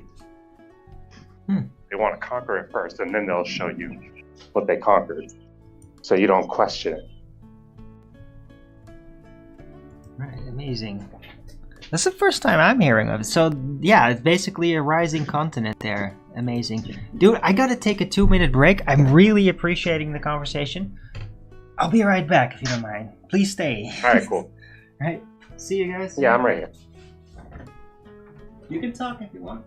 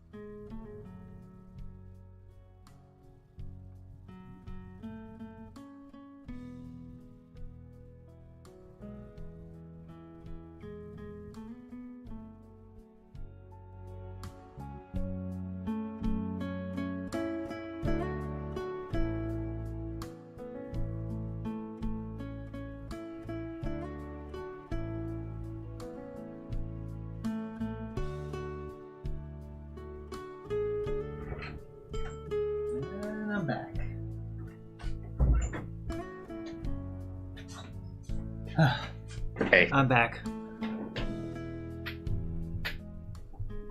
Fascinating. Yeah, this is not the land of Mu, by the way.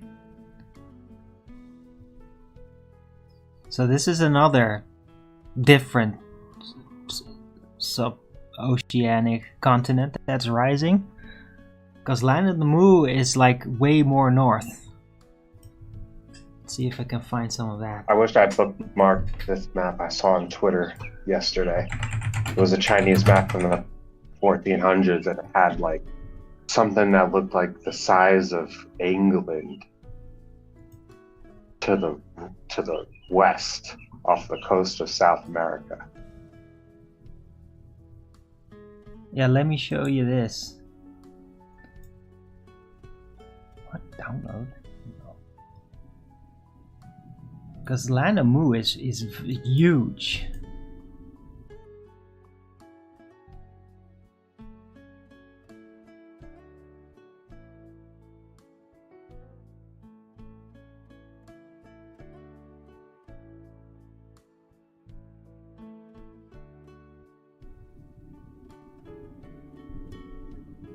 Right, so I posted in the Flat Earth Early Bird chat.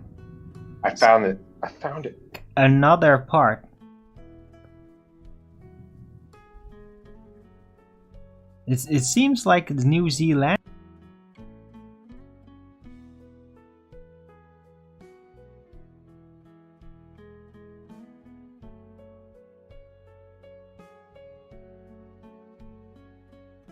India seems to be a continent like in between New Zealand and the old land of Mu.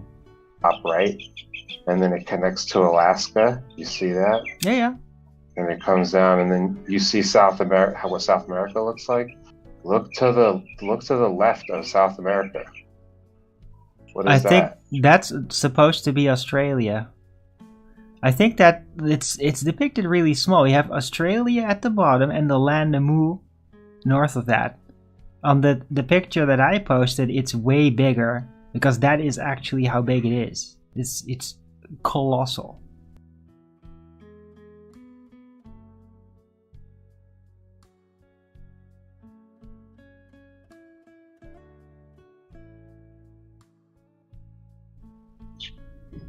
I'm gonna type in land of Mu. Let me see what I can find about this.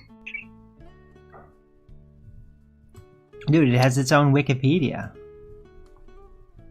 That's where I got this from.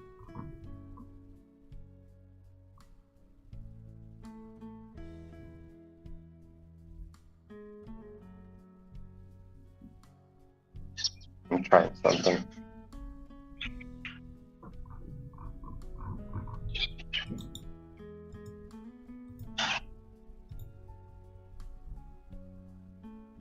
Dude.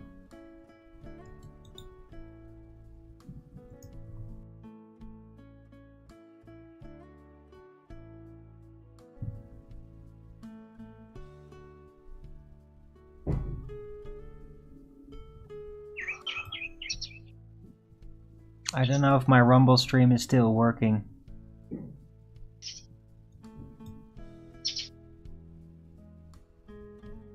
Yeah, you know the YouTube channel Mind Unveiled? Yeah, yeah, of course.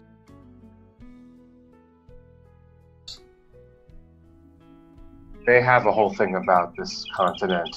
I know, that's where I got the information from. I want to rewatch.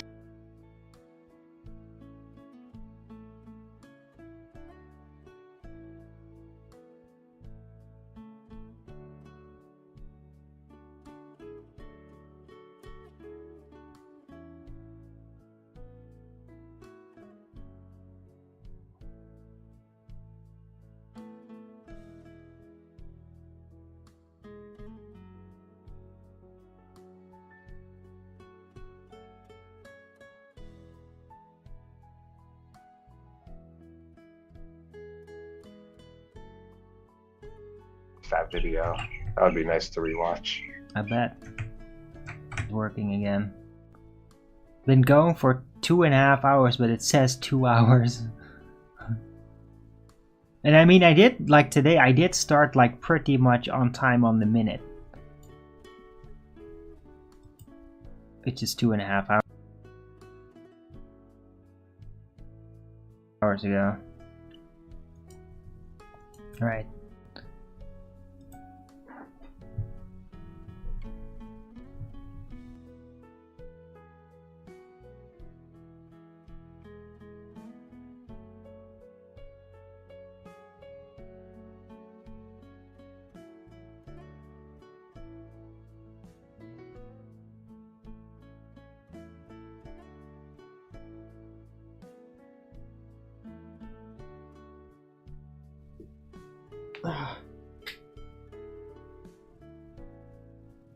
I don't know. I gotta find out what that is now.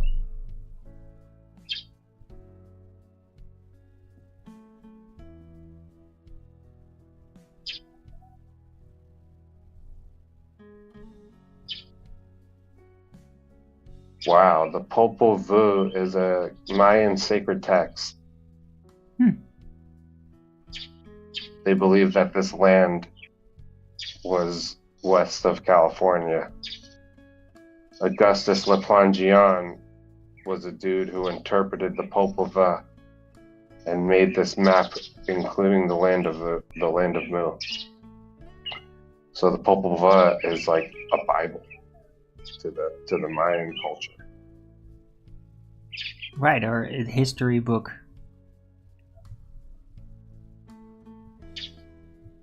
The book.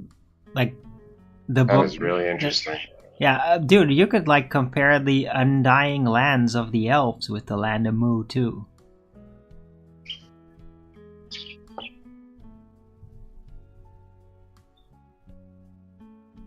It's fascinating.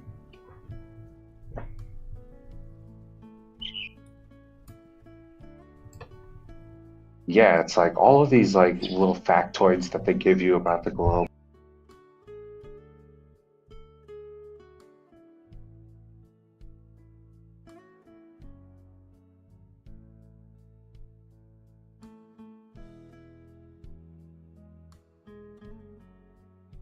Like the globe is like 73%. The surface is 70%. Map too, which of course, because it doesn't work.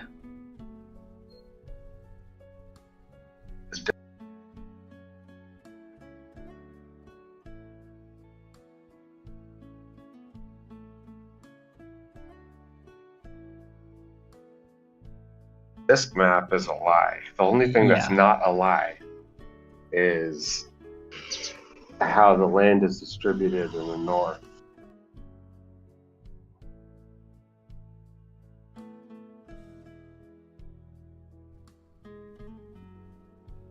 And I think they lie about the South Pacific. That's obvious. Everybody's just stumped. They're not doing anything. No, they got Antarctica and the North Pole regions guarded militarily. They got it fenced off, basically. Because you can probably find a way through the ice wall or underground passages, underwater passages. But yeah, you're not... I'm convinced that they just don't allow us to go there. There's places in the world where like people work all day and they make no money. And it's like, dude, where I live, I'm like,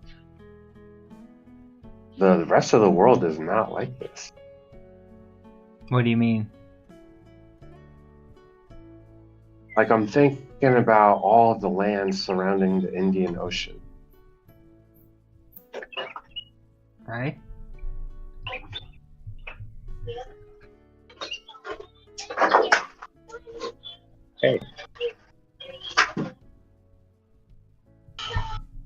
Hey, I'll be right back. Alright, no worries. Thanks for being here. Yeah, great stuff. I'm just gonna charge my phone inside. Yeah, thanks.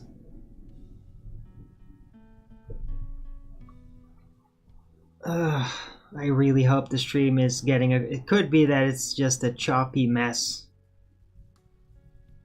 On Rumble. I hope not. But yeah, I am recording this also, so I will have. I didn't record all of it. I should have probably just recorded all of it. If I'm gonna do another Wi-Fi stream like this, I am going to record it, and then afterward I can upload it. I'll just like take down the live stream if it's all chopped up, and then post the recording instead. But yeah, I didn't record the whole show, so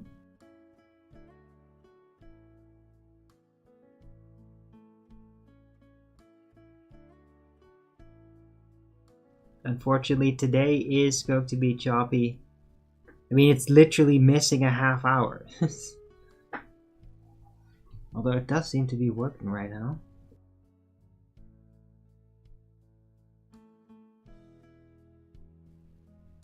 Oh. No.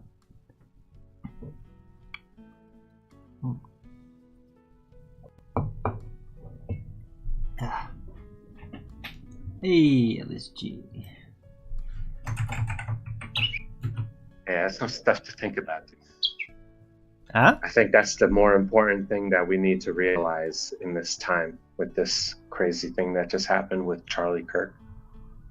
Yeah. We need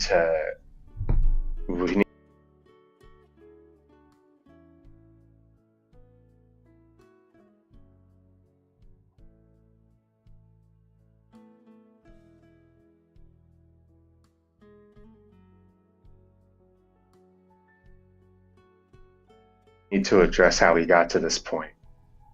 And that's the system that they're being given as an example. The problem is that the media has been severely infected with a Marxist collective group mindset, and that needs to be ended to make sure that like they just can't do this.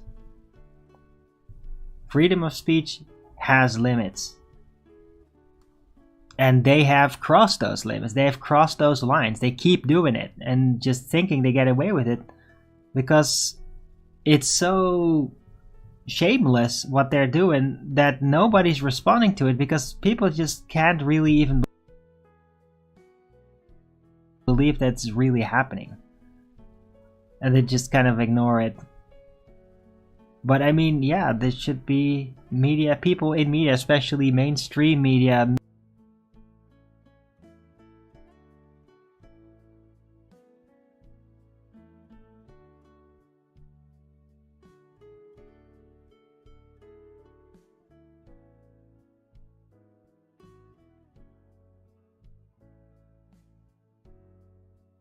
media that's going to be spreading wide, they need to be held accountable. Then they allow them their own side to basically get away with anything, and that is like, that's the hypocrisy, and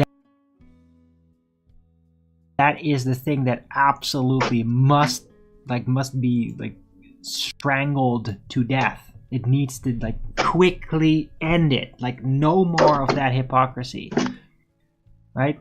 Criminal tolerance, ideology, hypocrisy needs to end, as was the title of my previous show. That is the problem. That is what is causing this culture and what is causing damage. And it's a burden. It's a burden to everybody. And it needs to stop. I think that You're basically right. Marxism needs to be made illegal. Like literally, like for the law, it needs to become illegal. Yeah, that's true. Right? I mean, in some countries, they're like the Mein Kampf is illegal in some countries because of, you know. I think that like Marxism should be universally be made illegal, like banned, and I mean frickin' worldwide.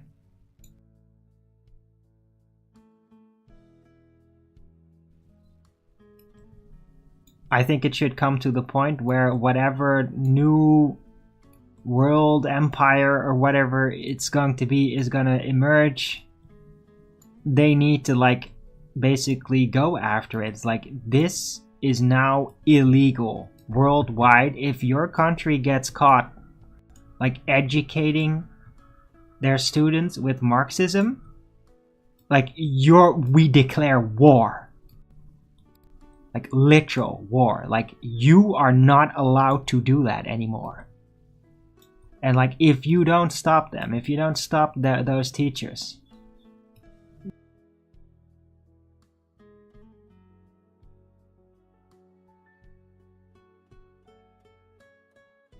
war.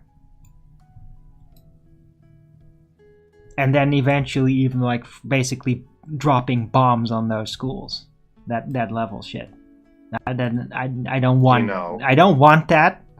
But I mean, yeah, no, that's not a good example. Good that OBS cut that out. But to that level, like Pinochet. There's a better solution than trying to execute everybody. But if worse came to worse, yeah, no, that is the no, but it isn't B. At this point. Like there's too many of them.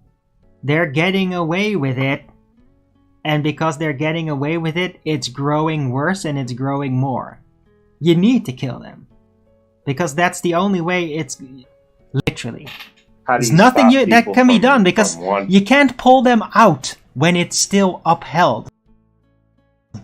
When it's still out there, you can't pull a Marxist out. What is the practice that's gonna? What is the practice that's gonna stop people from? Like, you just gotta do it. You know, people hold philosophical views either way. People think that the law does not dictate. Yeah, but I mean, if you get caught out trying to teach people about Marxism and applying those methods, because they're very methodical, it's method-based. If you're caught out teaching people methods that are rooted in Marxism, you should get an arrest warrant after you. Period. I think all I'm saying is, I think the step one is you have to isolate.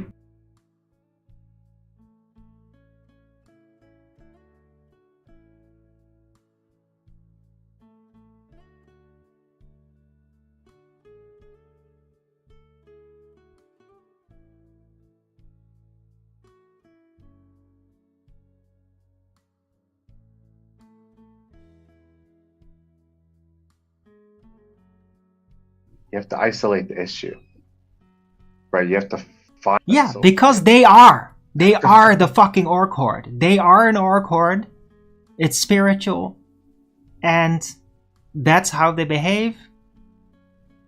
They have no border. They have no limits. They have no sense of shame for their hypocrisies. Like, they are an orc horde, and they will keep growing and multiplying until they literally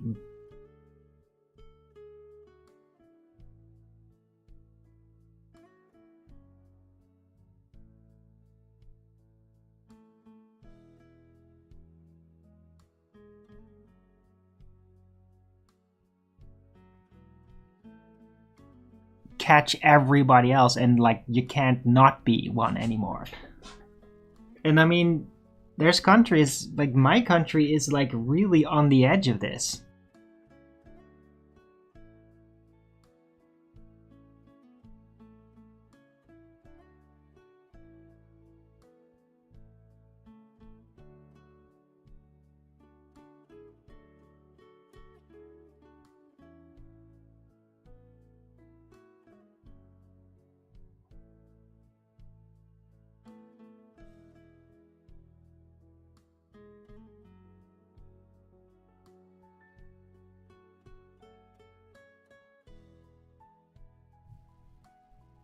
Where there's just more Marxists now.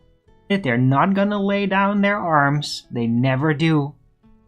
They might retreat, go underground, keep it to themselves, but like they do not like truly surrender. Let's call that Plan Z, right? Let's pretend that we have a way to avoid doing that. For the sake of the idea that you can manifest. Right, you can think things into existence. Yeah, because their form, everybody thinks we gotta fight fire with fire. We gotta go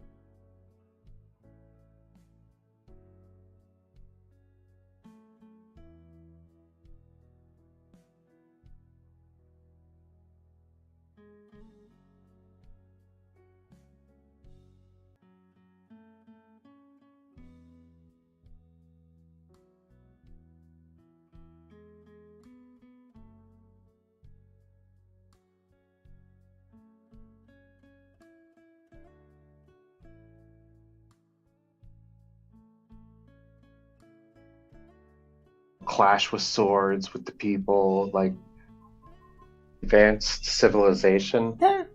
they know a different solution. That's what I like to believe. Well, in a highly advanced civilization, they already took care of it so that they could get to the point where it could no longer sneak in. Yeah? We're not that advanced civilization. We let it slip in. It's in our society now. We're not advanced. Let me just tell the world right now. We are not an advanced civilization at all. Yeah? Keep dreaming, buddy. Keep dreaming. Keep telling yourself you're the most advanced. You're not. You suck. This society sucks. It universally sucks and is delusional and is in control of people that shamelessly lie and are hypocrites openly, that do not abide by the laws that they frickin' roll out. Yeah? We are not an advanced civilization. Yeah? We lost that.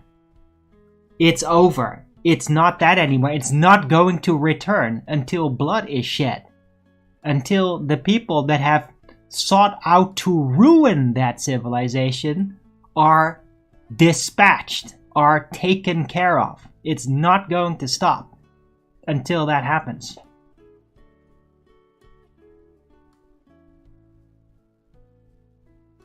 We are not an advanced civilization at all, right? We're definitely like you could do it by the technical standard and everything. I actually am about to.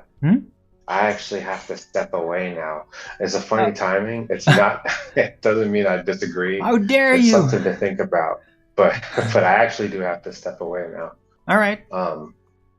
This has been awesome, dude. I want to do it again later. Yeah, man. I really appreciate you coming on, and thanks for being part of the show again. It's been great, and I hope Thank you, Arwen. I hope to have you again, man.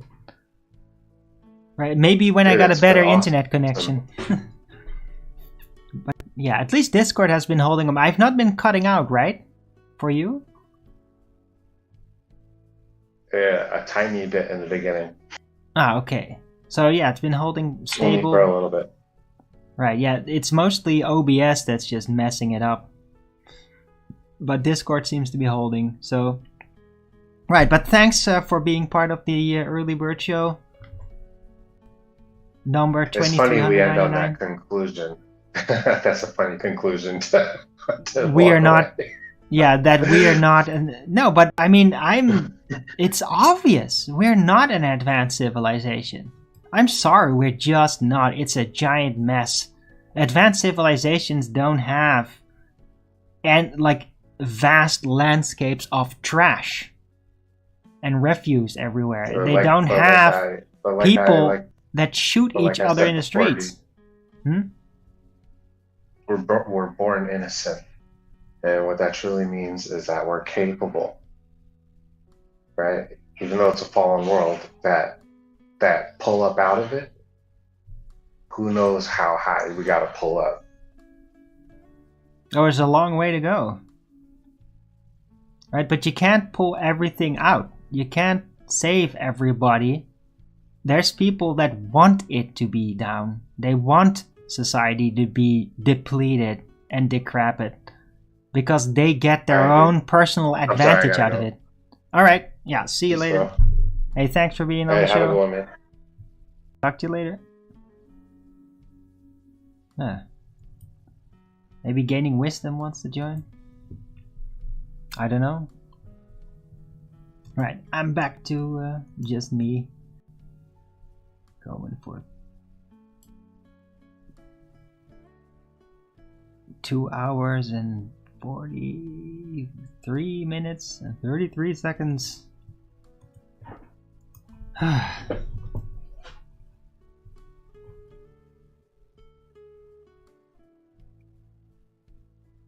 It's been pretty good.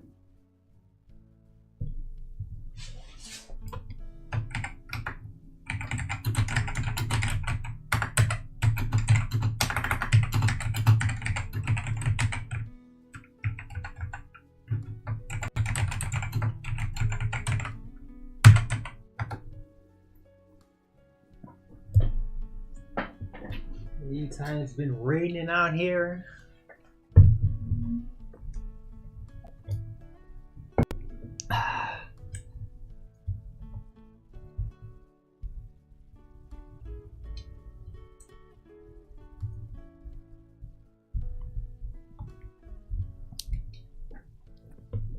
Right. Yeah, that got a bit intense. But I mean, I'm still holding on to that, like Marxist revolutionaries. Hey, getting wisdom. You did get on. Awesome.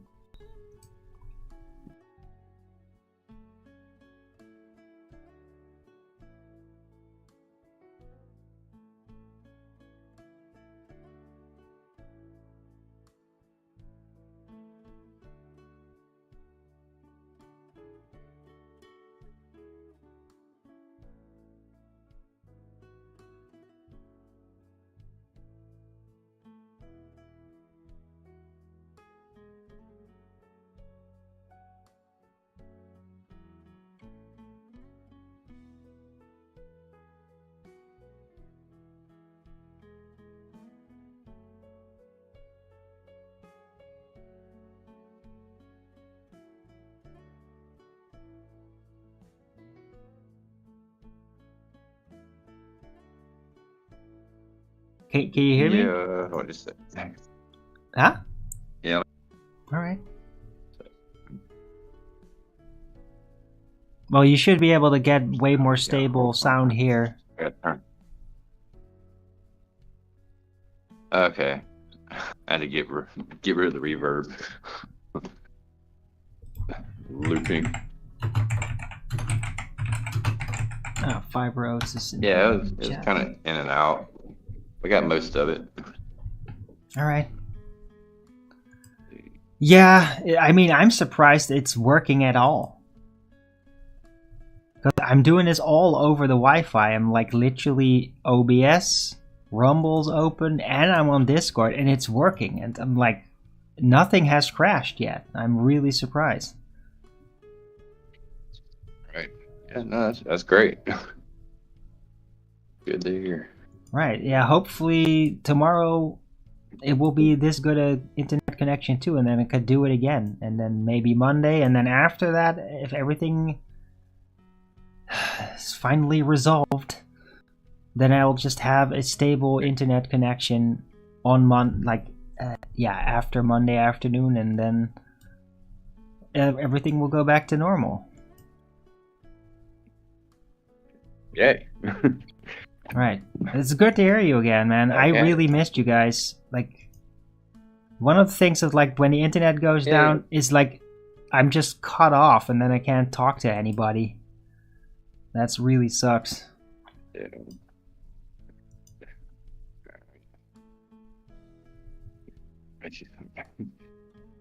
Wow. Yeah, that's a lot. Y'all touched on a lot. Yeah. What part did you want to talk about? We could go through all of it if you like. I mean, I got the time. We could do a freaking 4-hour stream. I don't care.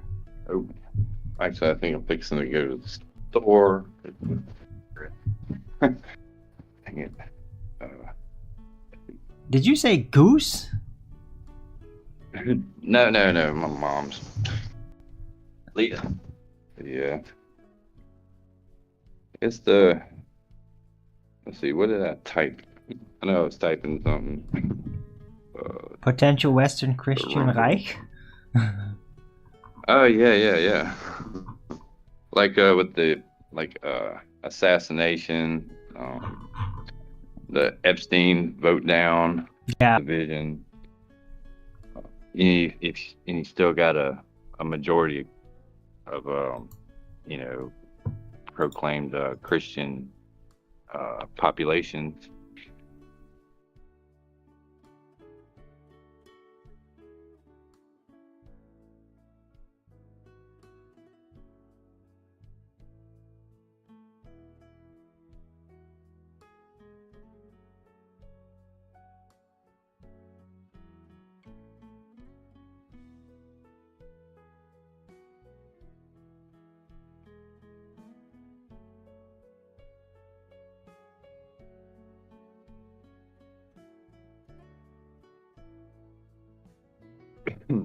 You got essentially, strong man in office. You can just, you can do executive order. Break the trust. What the government trust the government did had. Not being able to deal with all the issues.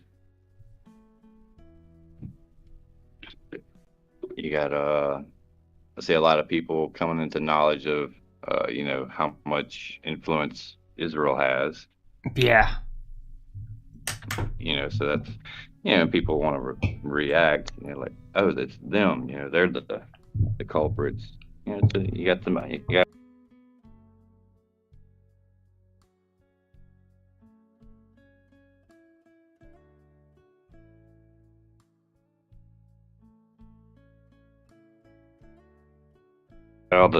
got the ingredients.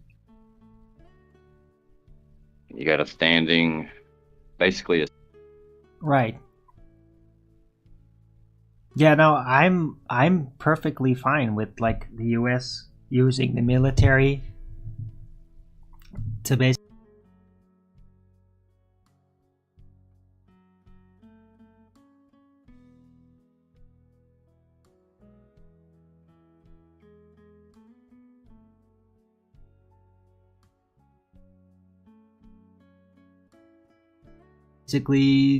get a grip on things to stabilize it, because with like the cartel businesses in the South, right, and helping to clean up cities, potentially even. I don't know if they've been using military for that yet, but I mean, if things get out of hand, then they should. Absolutely.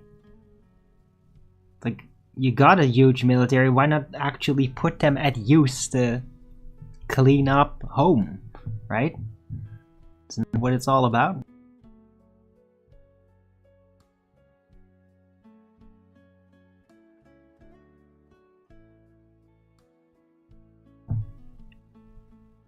Yeah. Well, I mean, that's where, you end up talking about earlier, do they give back power? Right, well, look, a Christian Reich... It's been going on for a while. Yeah, well, I'll jump off from that, but it's been, a long time coming. Not to cast blame on him, but it's like our ancestors, like, just take the Second Amendment, about, right. Shall not be infringed. Uh-huh. And to maintain a well-maintained militia. Right, but that is mostly meant against foreign invasion and all that, right? And right now, America is so strong that it's not really a necessary thing even for that anymore. Like, America's not going to get invaded because its military is so strong. You don't really need that. But originally, they did, and that's why.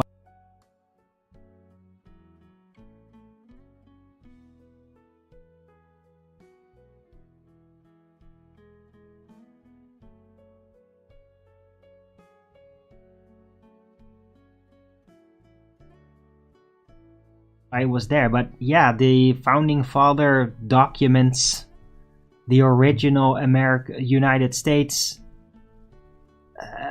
legal situation, like the bills. They are technically Christian, like that's how they are created, right? And from a Christian perspective, to be very open and liberal. On top of that, to be very tolerant of different religions, etc. As long as they don't try to undermine and destroy Christianity, right? So it's not necessarily even like a Christian Reich, because that just gives the idea that like churches will have actual power, like a theocracy, and that's not a good thing. Like, there should be no freaking pope that suddenly gets political power or something. That would be terrible. It should be about the values. That the values are like really upheld, and like you don't need a religious politician in power or something.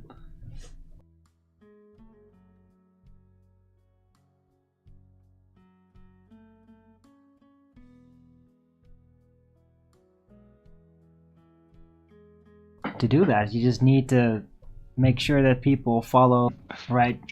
The problem with the Second Amendment is that it really works when everybody is armed. So you could like potentially even step it up and say mandatory.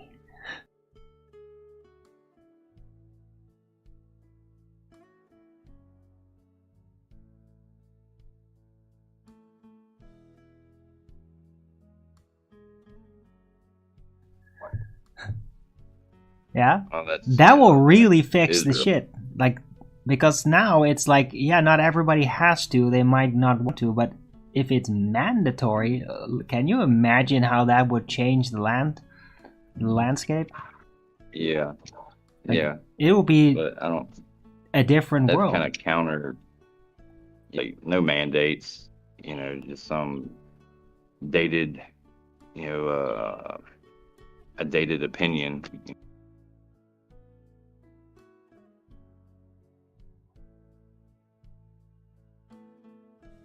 You know, some guy wants to put out as a law, but yeah, but I mean, if it's mandatory to be armed, then like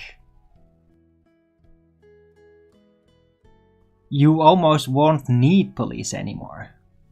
say, you know, all these rights are still held up.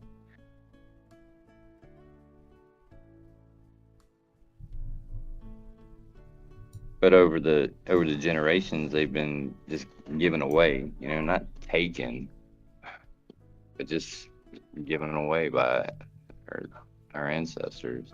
Like they established a precedent, you know, like, okay, well, we'll ban, you know, machine guns or, you know, any kind of full automatic guns.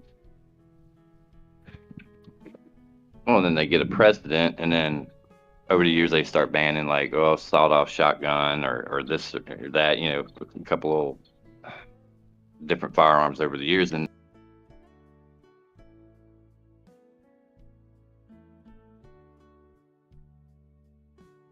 now they decide they've established a tradition.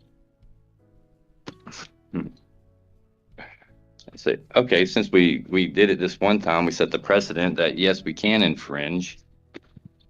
And we'll just call it a tradition. And as long as we keep it in line with the tradition, then, you know, how far can they go? You know, and they will, or they can. Well, it's incrementalism, They always do that, right? You start banning one thing, and then, well, then you start to ban one thing, eventually everything will be banned. The authority's been given, you know, consent. Right.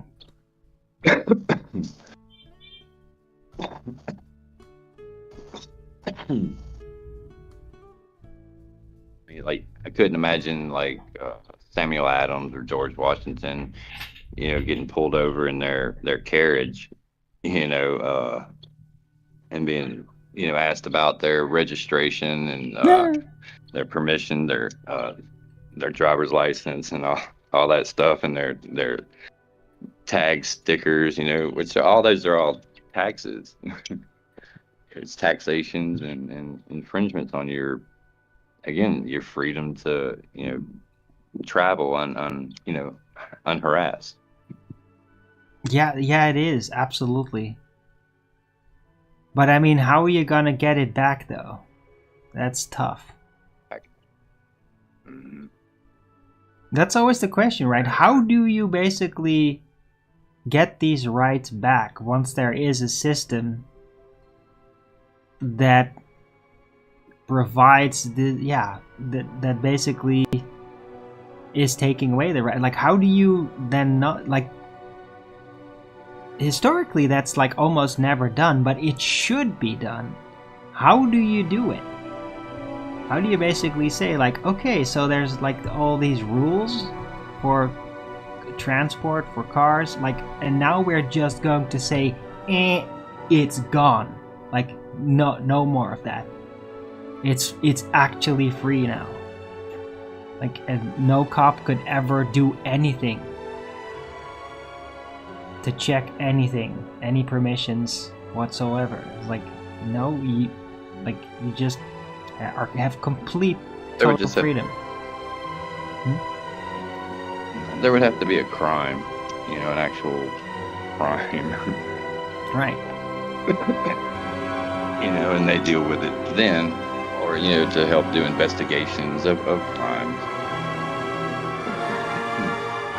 As it stands right now, they, you know, they have a habit of just, you know, pulling people over for non-moving violations, because, you know, these are infractions that are counter to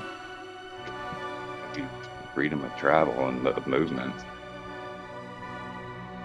Yeah. How would you?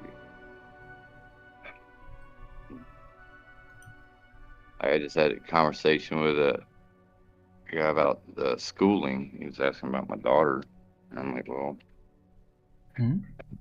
I pulled her out, but it's. I was like, I remember when I was in grade school that, you know, you start out, you know, coloring pictures of, you know, the policeman and the fire department and the doctor and the, you know, all these people that, you know, they say, well, you know, if you're in danger, you need help, you know, you call these people. You know, these are the, you know, the authority figures. Yeah, Yeah, but I mean, they essentially- only come up to clean up the mess, basically, or to make official Yeah, reports. that's They it. don't stop crimes. Right. Like, No, that's something that people don't seem to get because they still think by movie standards. Or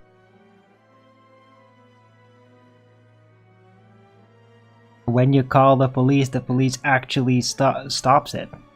They don't. yeah. Silly. That's a lie. You know, like we're to keep you safe. You know, like I said, you know, the only way the government can keep that promise is to, you know, absolutely keep you safe and secure.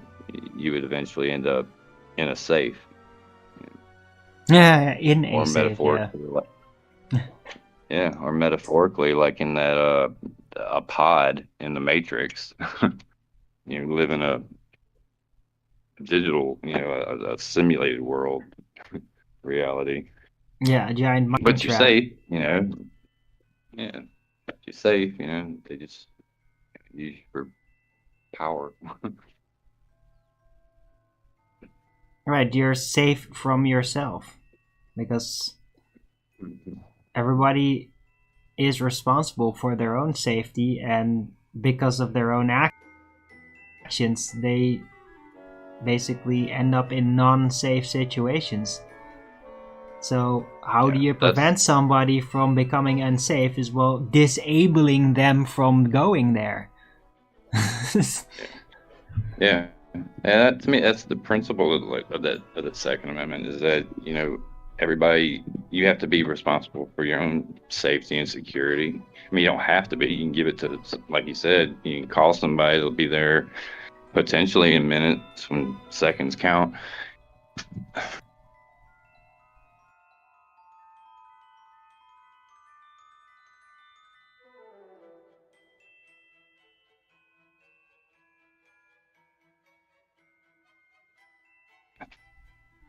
But, you know, only reason is an advantage.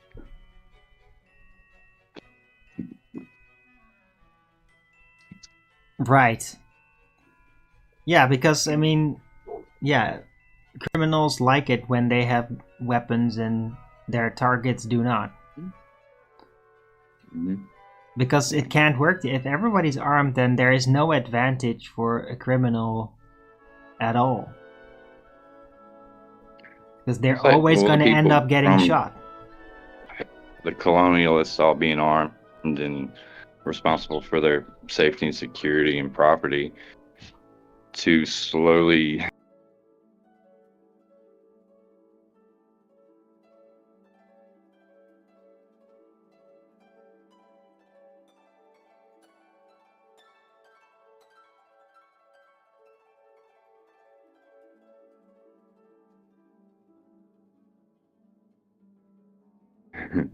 transferring that, you know, responsibility. Of the ranch owner. The the chattel. If dang it. How do you do it? How do you do what? I was just thinking about your question. You would have to, like we talked about having a strong man, or somebody that would, I guess you'd say, take control, but then again, that's it's just right. Well, it's breaking through the cult, and you have to do it with extreme strictness and potentially violence. You have to back that, because they're gonna be violent to you, and you gotta do it back. And then they let them complain, let them, bleed.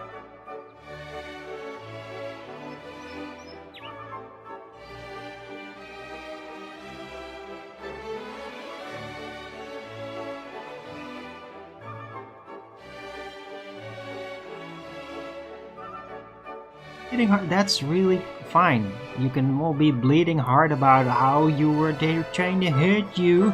Yeah, well, too fucking bad. Because this is the way it's gonna be. And all your whining and all your... It's not gonna stop. It's not gonna stop anything. Right? It just needs to end. They need to know, this cult is over. And anybody who tries to stop it from being over will be met with violence. You're gonna try to break it, then you get punished hard. No more breaking of those rules. I do believe there's a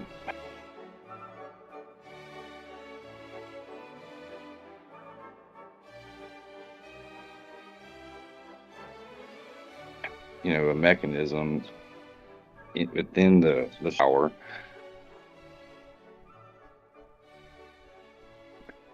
Yeah, but it's not look, the government is not the root of it, I think, but it does keep it in place, the Marxism, by not going after Marxist-originated crimes.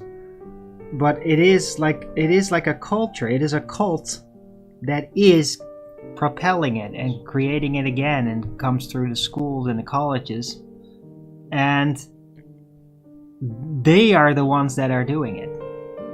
It's not the government that forces it on people, it just won't stop it. It'll allow it to happen, and that's what's going to be turned around.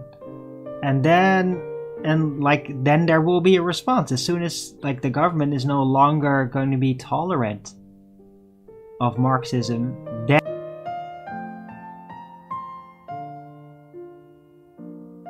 Then the Marxists are gonna try to get more aggressive and start shooting more people and all that, and that's what you gotta really crack down on it.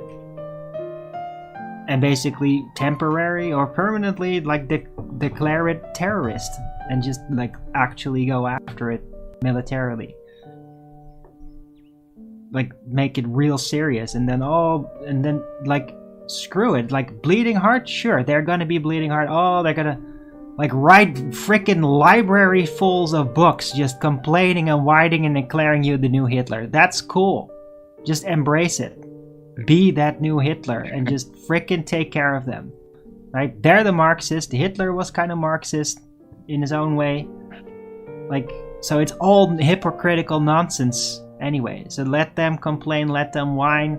Right? You can always do a wide book burning afterward, after it's over. And just destroy all that fucking literature nonsense.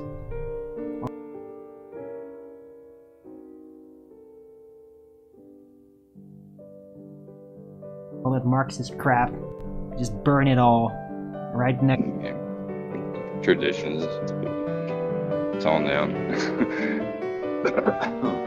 Yeah. And Marxist.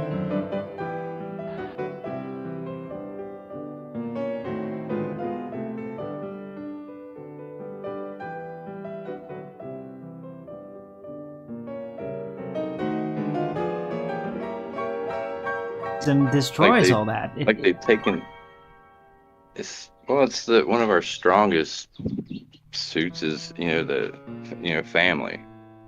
you know, how we, you know, we love family. You know, Yeah, we'll be family close unit. and we'll protect and, you know, we'll cover for them, lie for them, you know, and you kind of hash it out within the family, you know. People love family.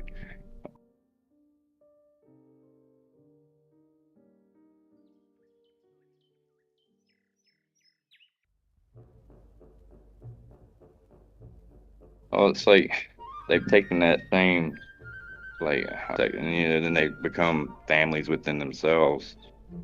You know, that could be part of the, you know, the plan to destroy the, you know, the nuclear family. You know, get dad out the house most of the time, and then mom, and then the kids in daycare. You know, off the public schools. Yeah, no, of course. Marxism Dumbed always down. wants to break up the family. It's like one of their cornerstone things that they do. Because if you don't have a family, then the Marxist cult becomes your family. That's the whole point. That's what they actively describe in their literature, doing that. It's part of their method. That's why it should be made illegal. Like, literally illegal. Like, this is now not allowed anymore. Like, yeah, it works. Yeah, it's forbidden. Over. Yeah, No well, more. I mean, we got freedom of, you know, association over here. You can, you know, associate with whoever you want. Yeah, you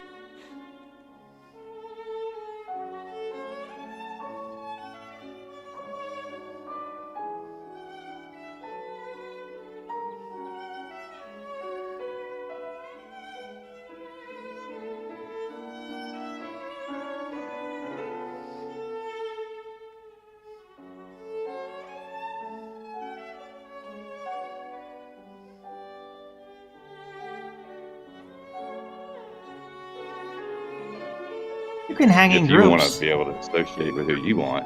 Yeah, but you're not gonna be illegal.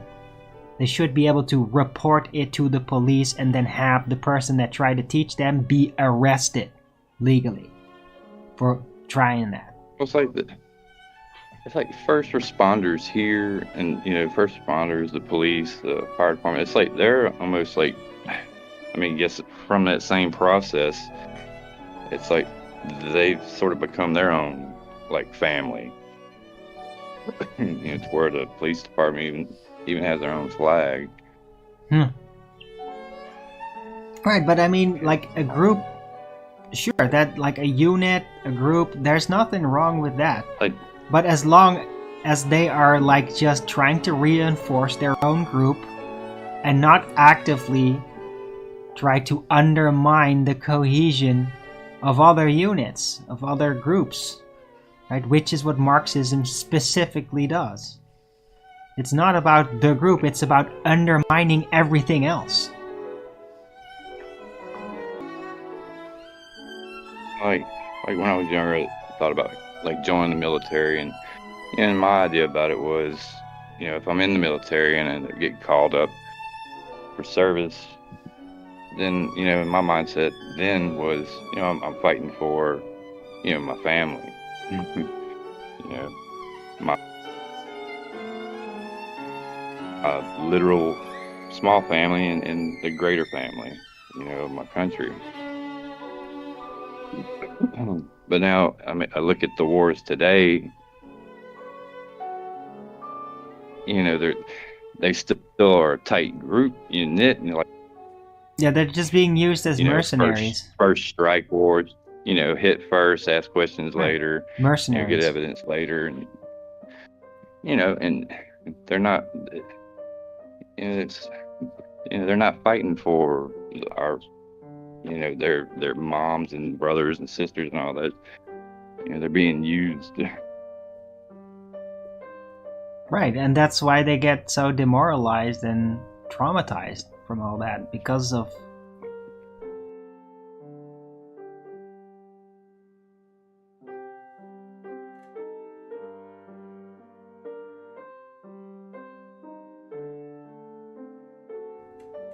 they've been lured into a false pretext of doing something because it's patriotic, and then it turns out it's not patriotic at all. It's actually really savage and demoralizing and wrong, and see from it. Sometimes get suicidal over it afterward. Yeah, that's where I see It's a lot abuse. of backlash, like over here against the police, because it's kind of the same situation. They're, originally we're supposed to be, just peace officers, just dealing with crimes, or help clean up messes or investigations, or hunting down murderers, stuff like that. And now their behavior of just enforcing all these codes and statutes, and yeah, they're not even law enforcers anymore.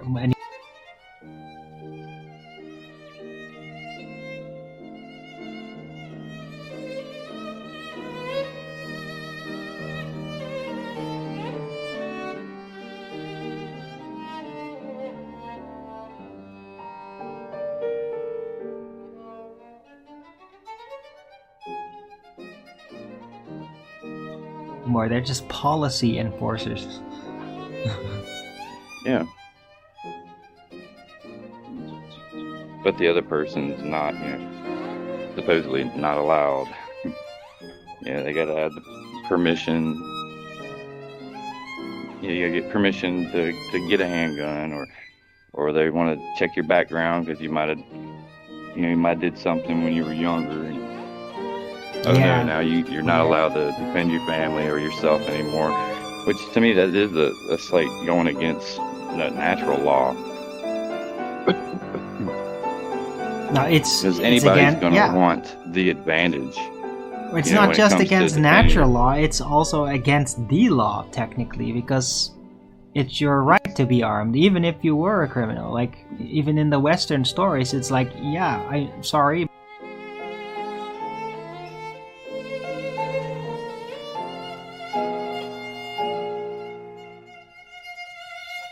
But a person that is like criminal and they came out of jail, they've done their time, like, yeah, they get armed.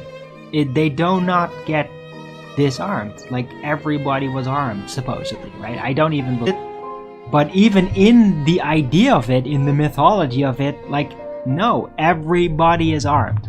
Like, it's illogical to not be armed, and even if they're a criminal, they still should be armed. Like, because you're crazy not to be armed. You're like defenseless. It's too dangerous to not have a gun. Even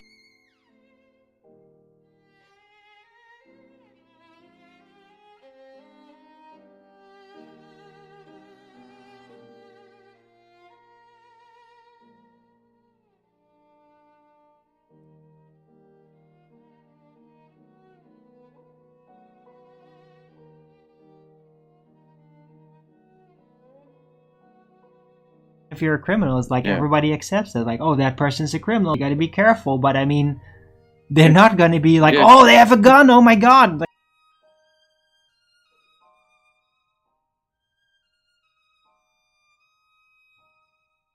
no, of course they have a gun. It'd be crazy not to have a gun.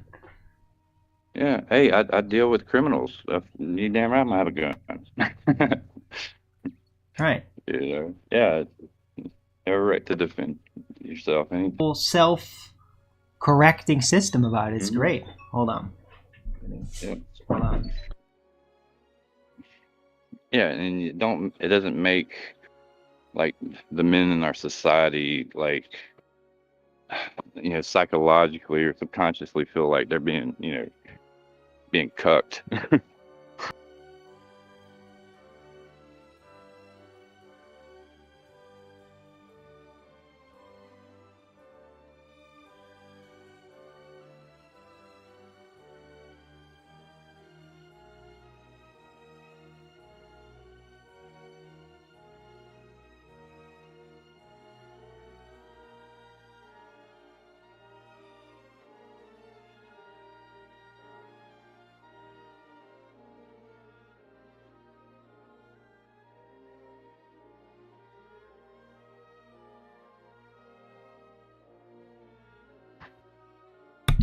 Hold on, it's my friend from Nijmegen. I need to write a mail.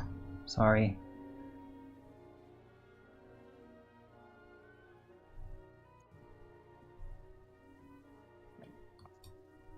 Right. So yeah, I'm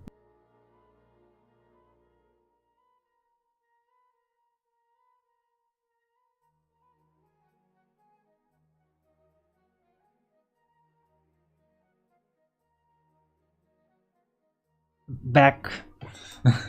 Just needed to send that email. Yeah. Shift to no, we're going to protect our families and right and just cause, and we're not gonna harm people that aren't harming us and should have the exact same rights we do. Then that would be it, you know. Right. You know, who controls the army controls Rome.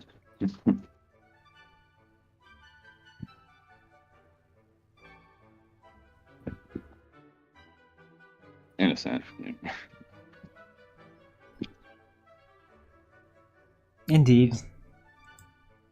Not that there might not be some, some tug of war between those.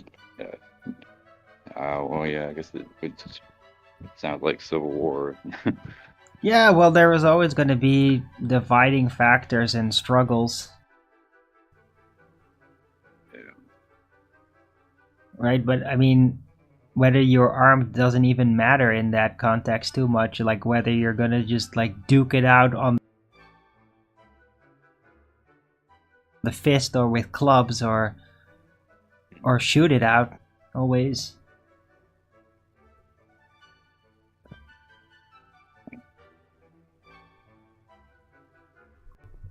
All right, I'll talk to you later, man. All right. Well, Hey, thanks, thanks for Norman. being here. That was nice. Good to hear from you again.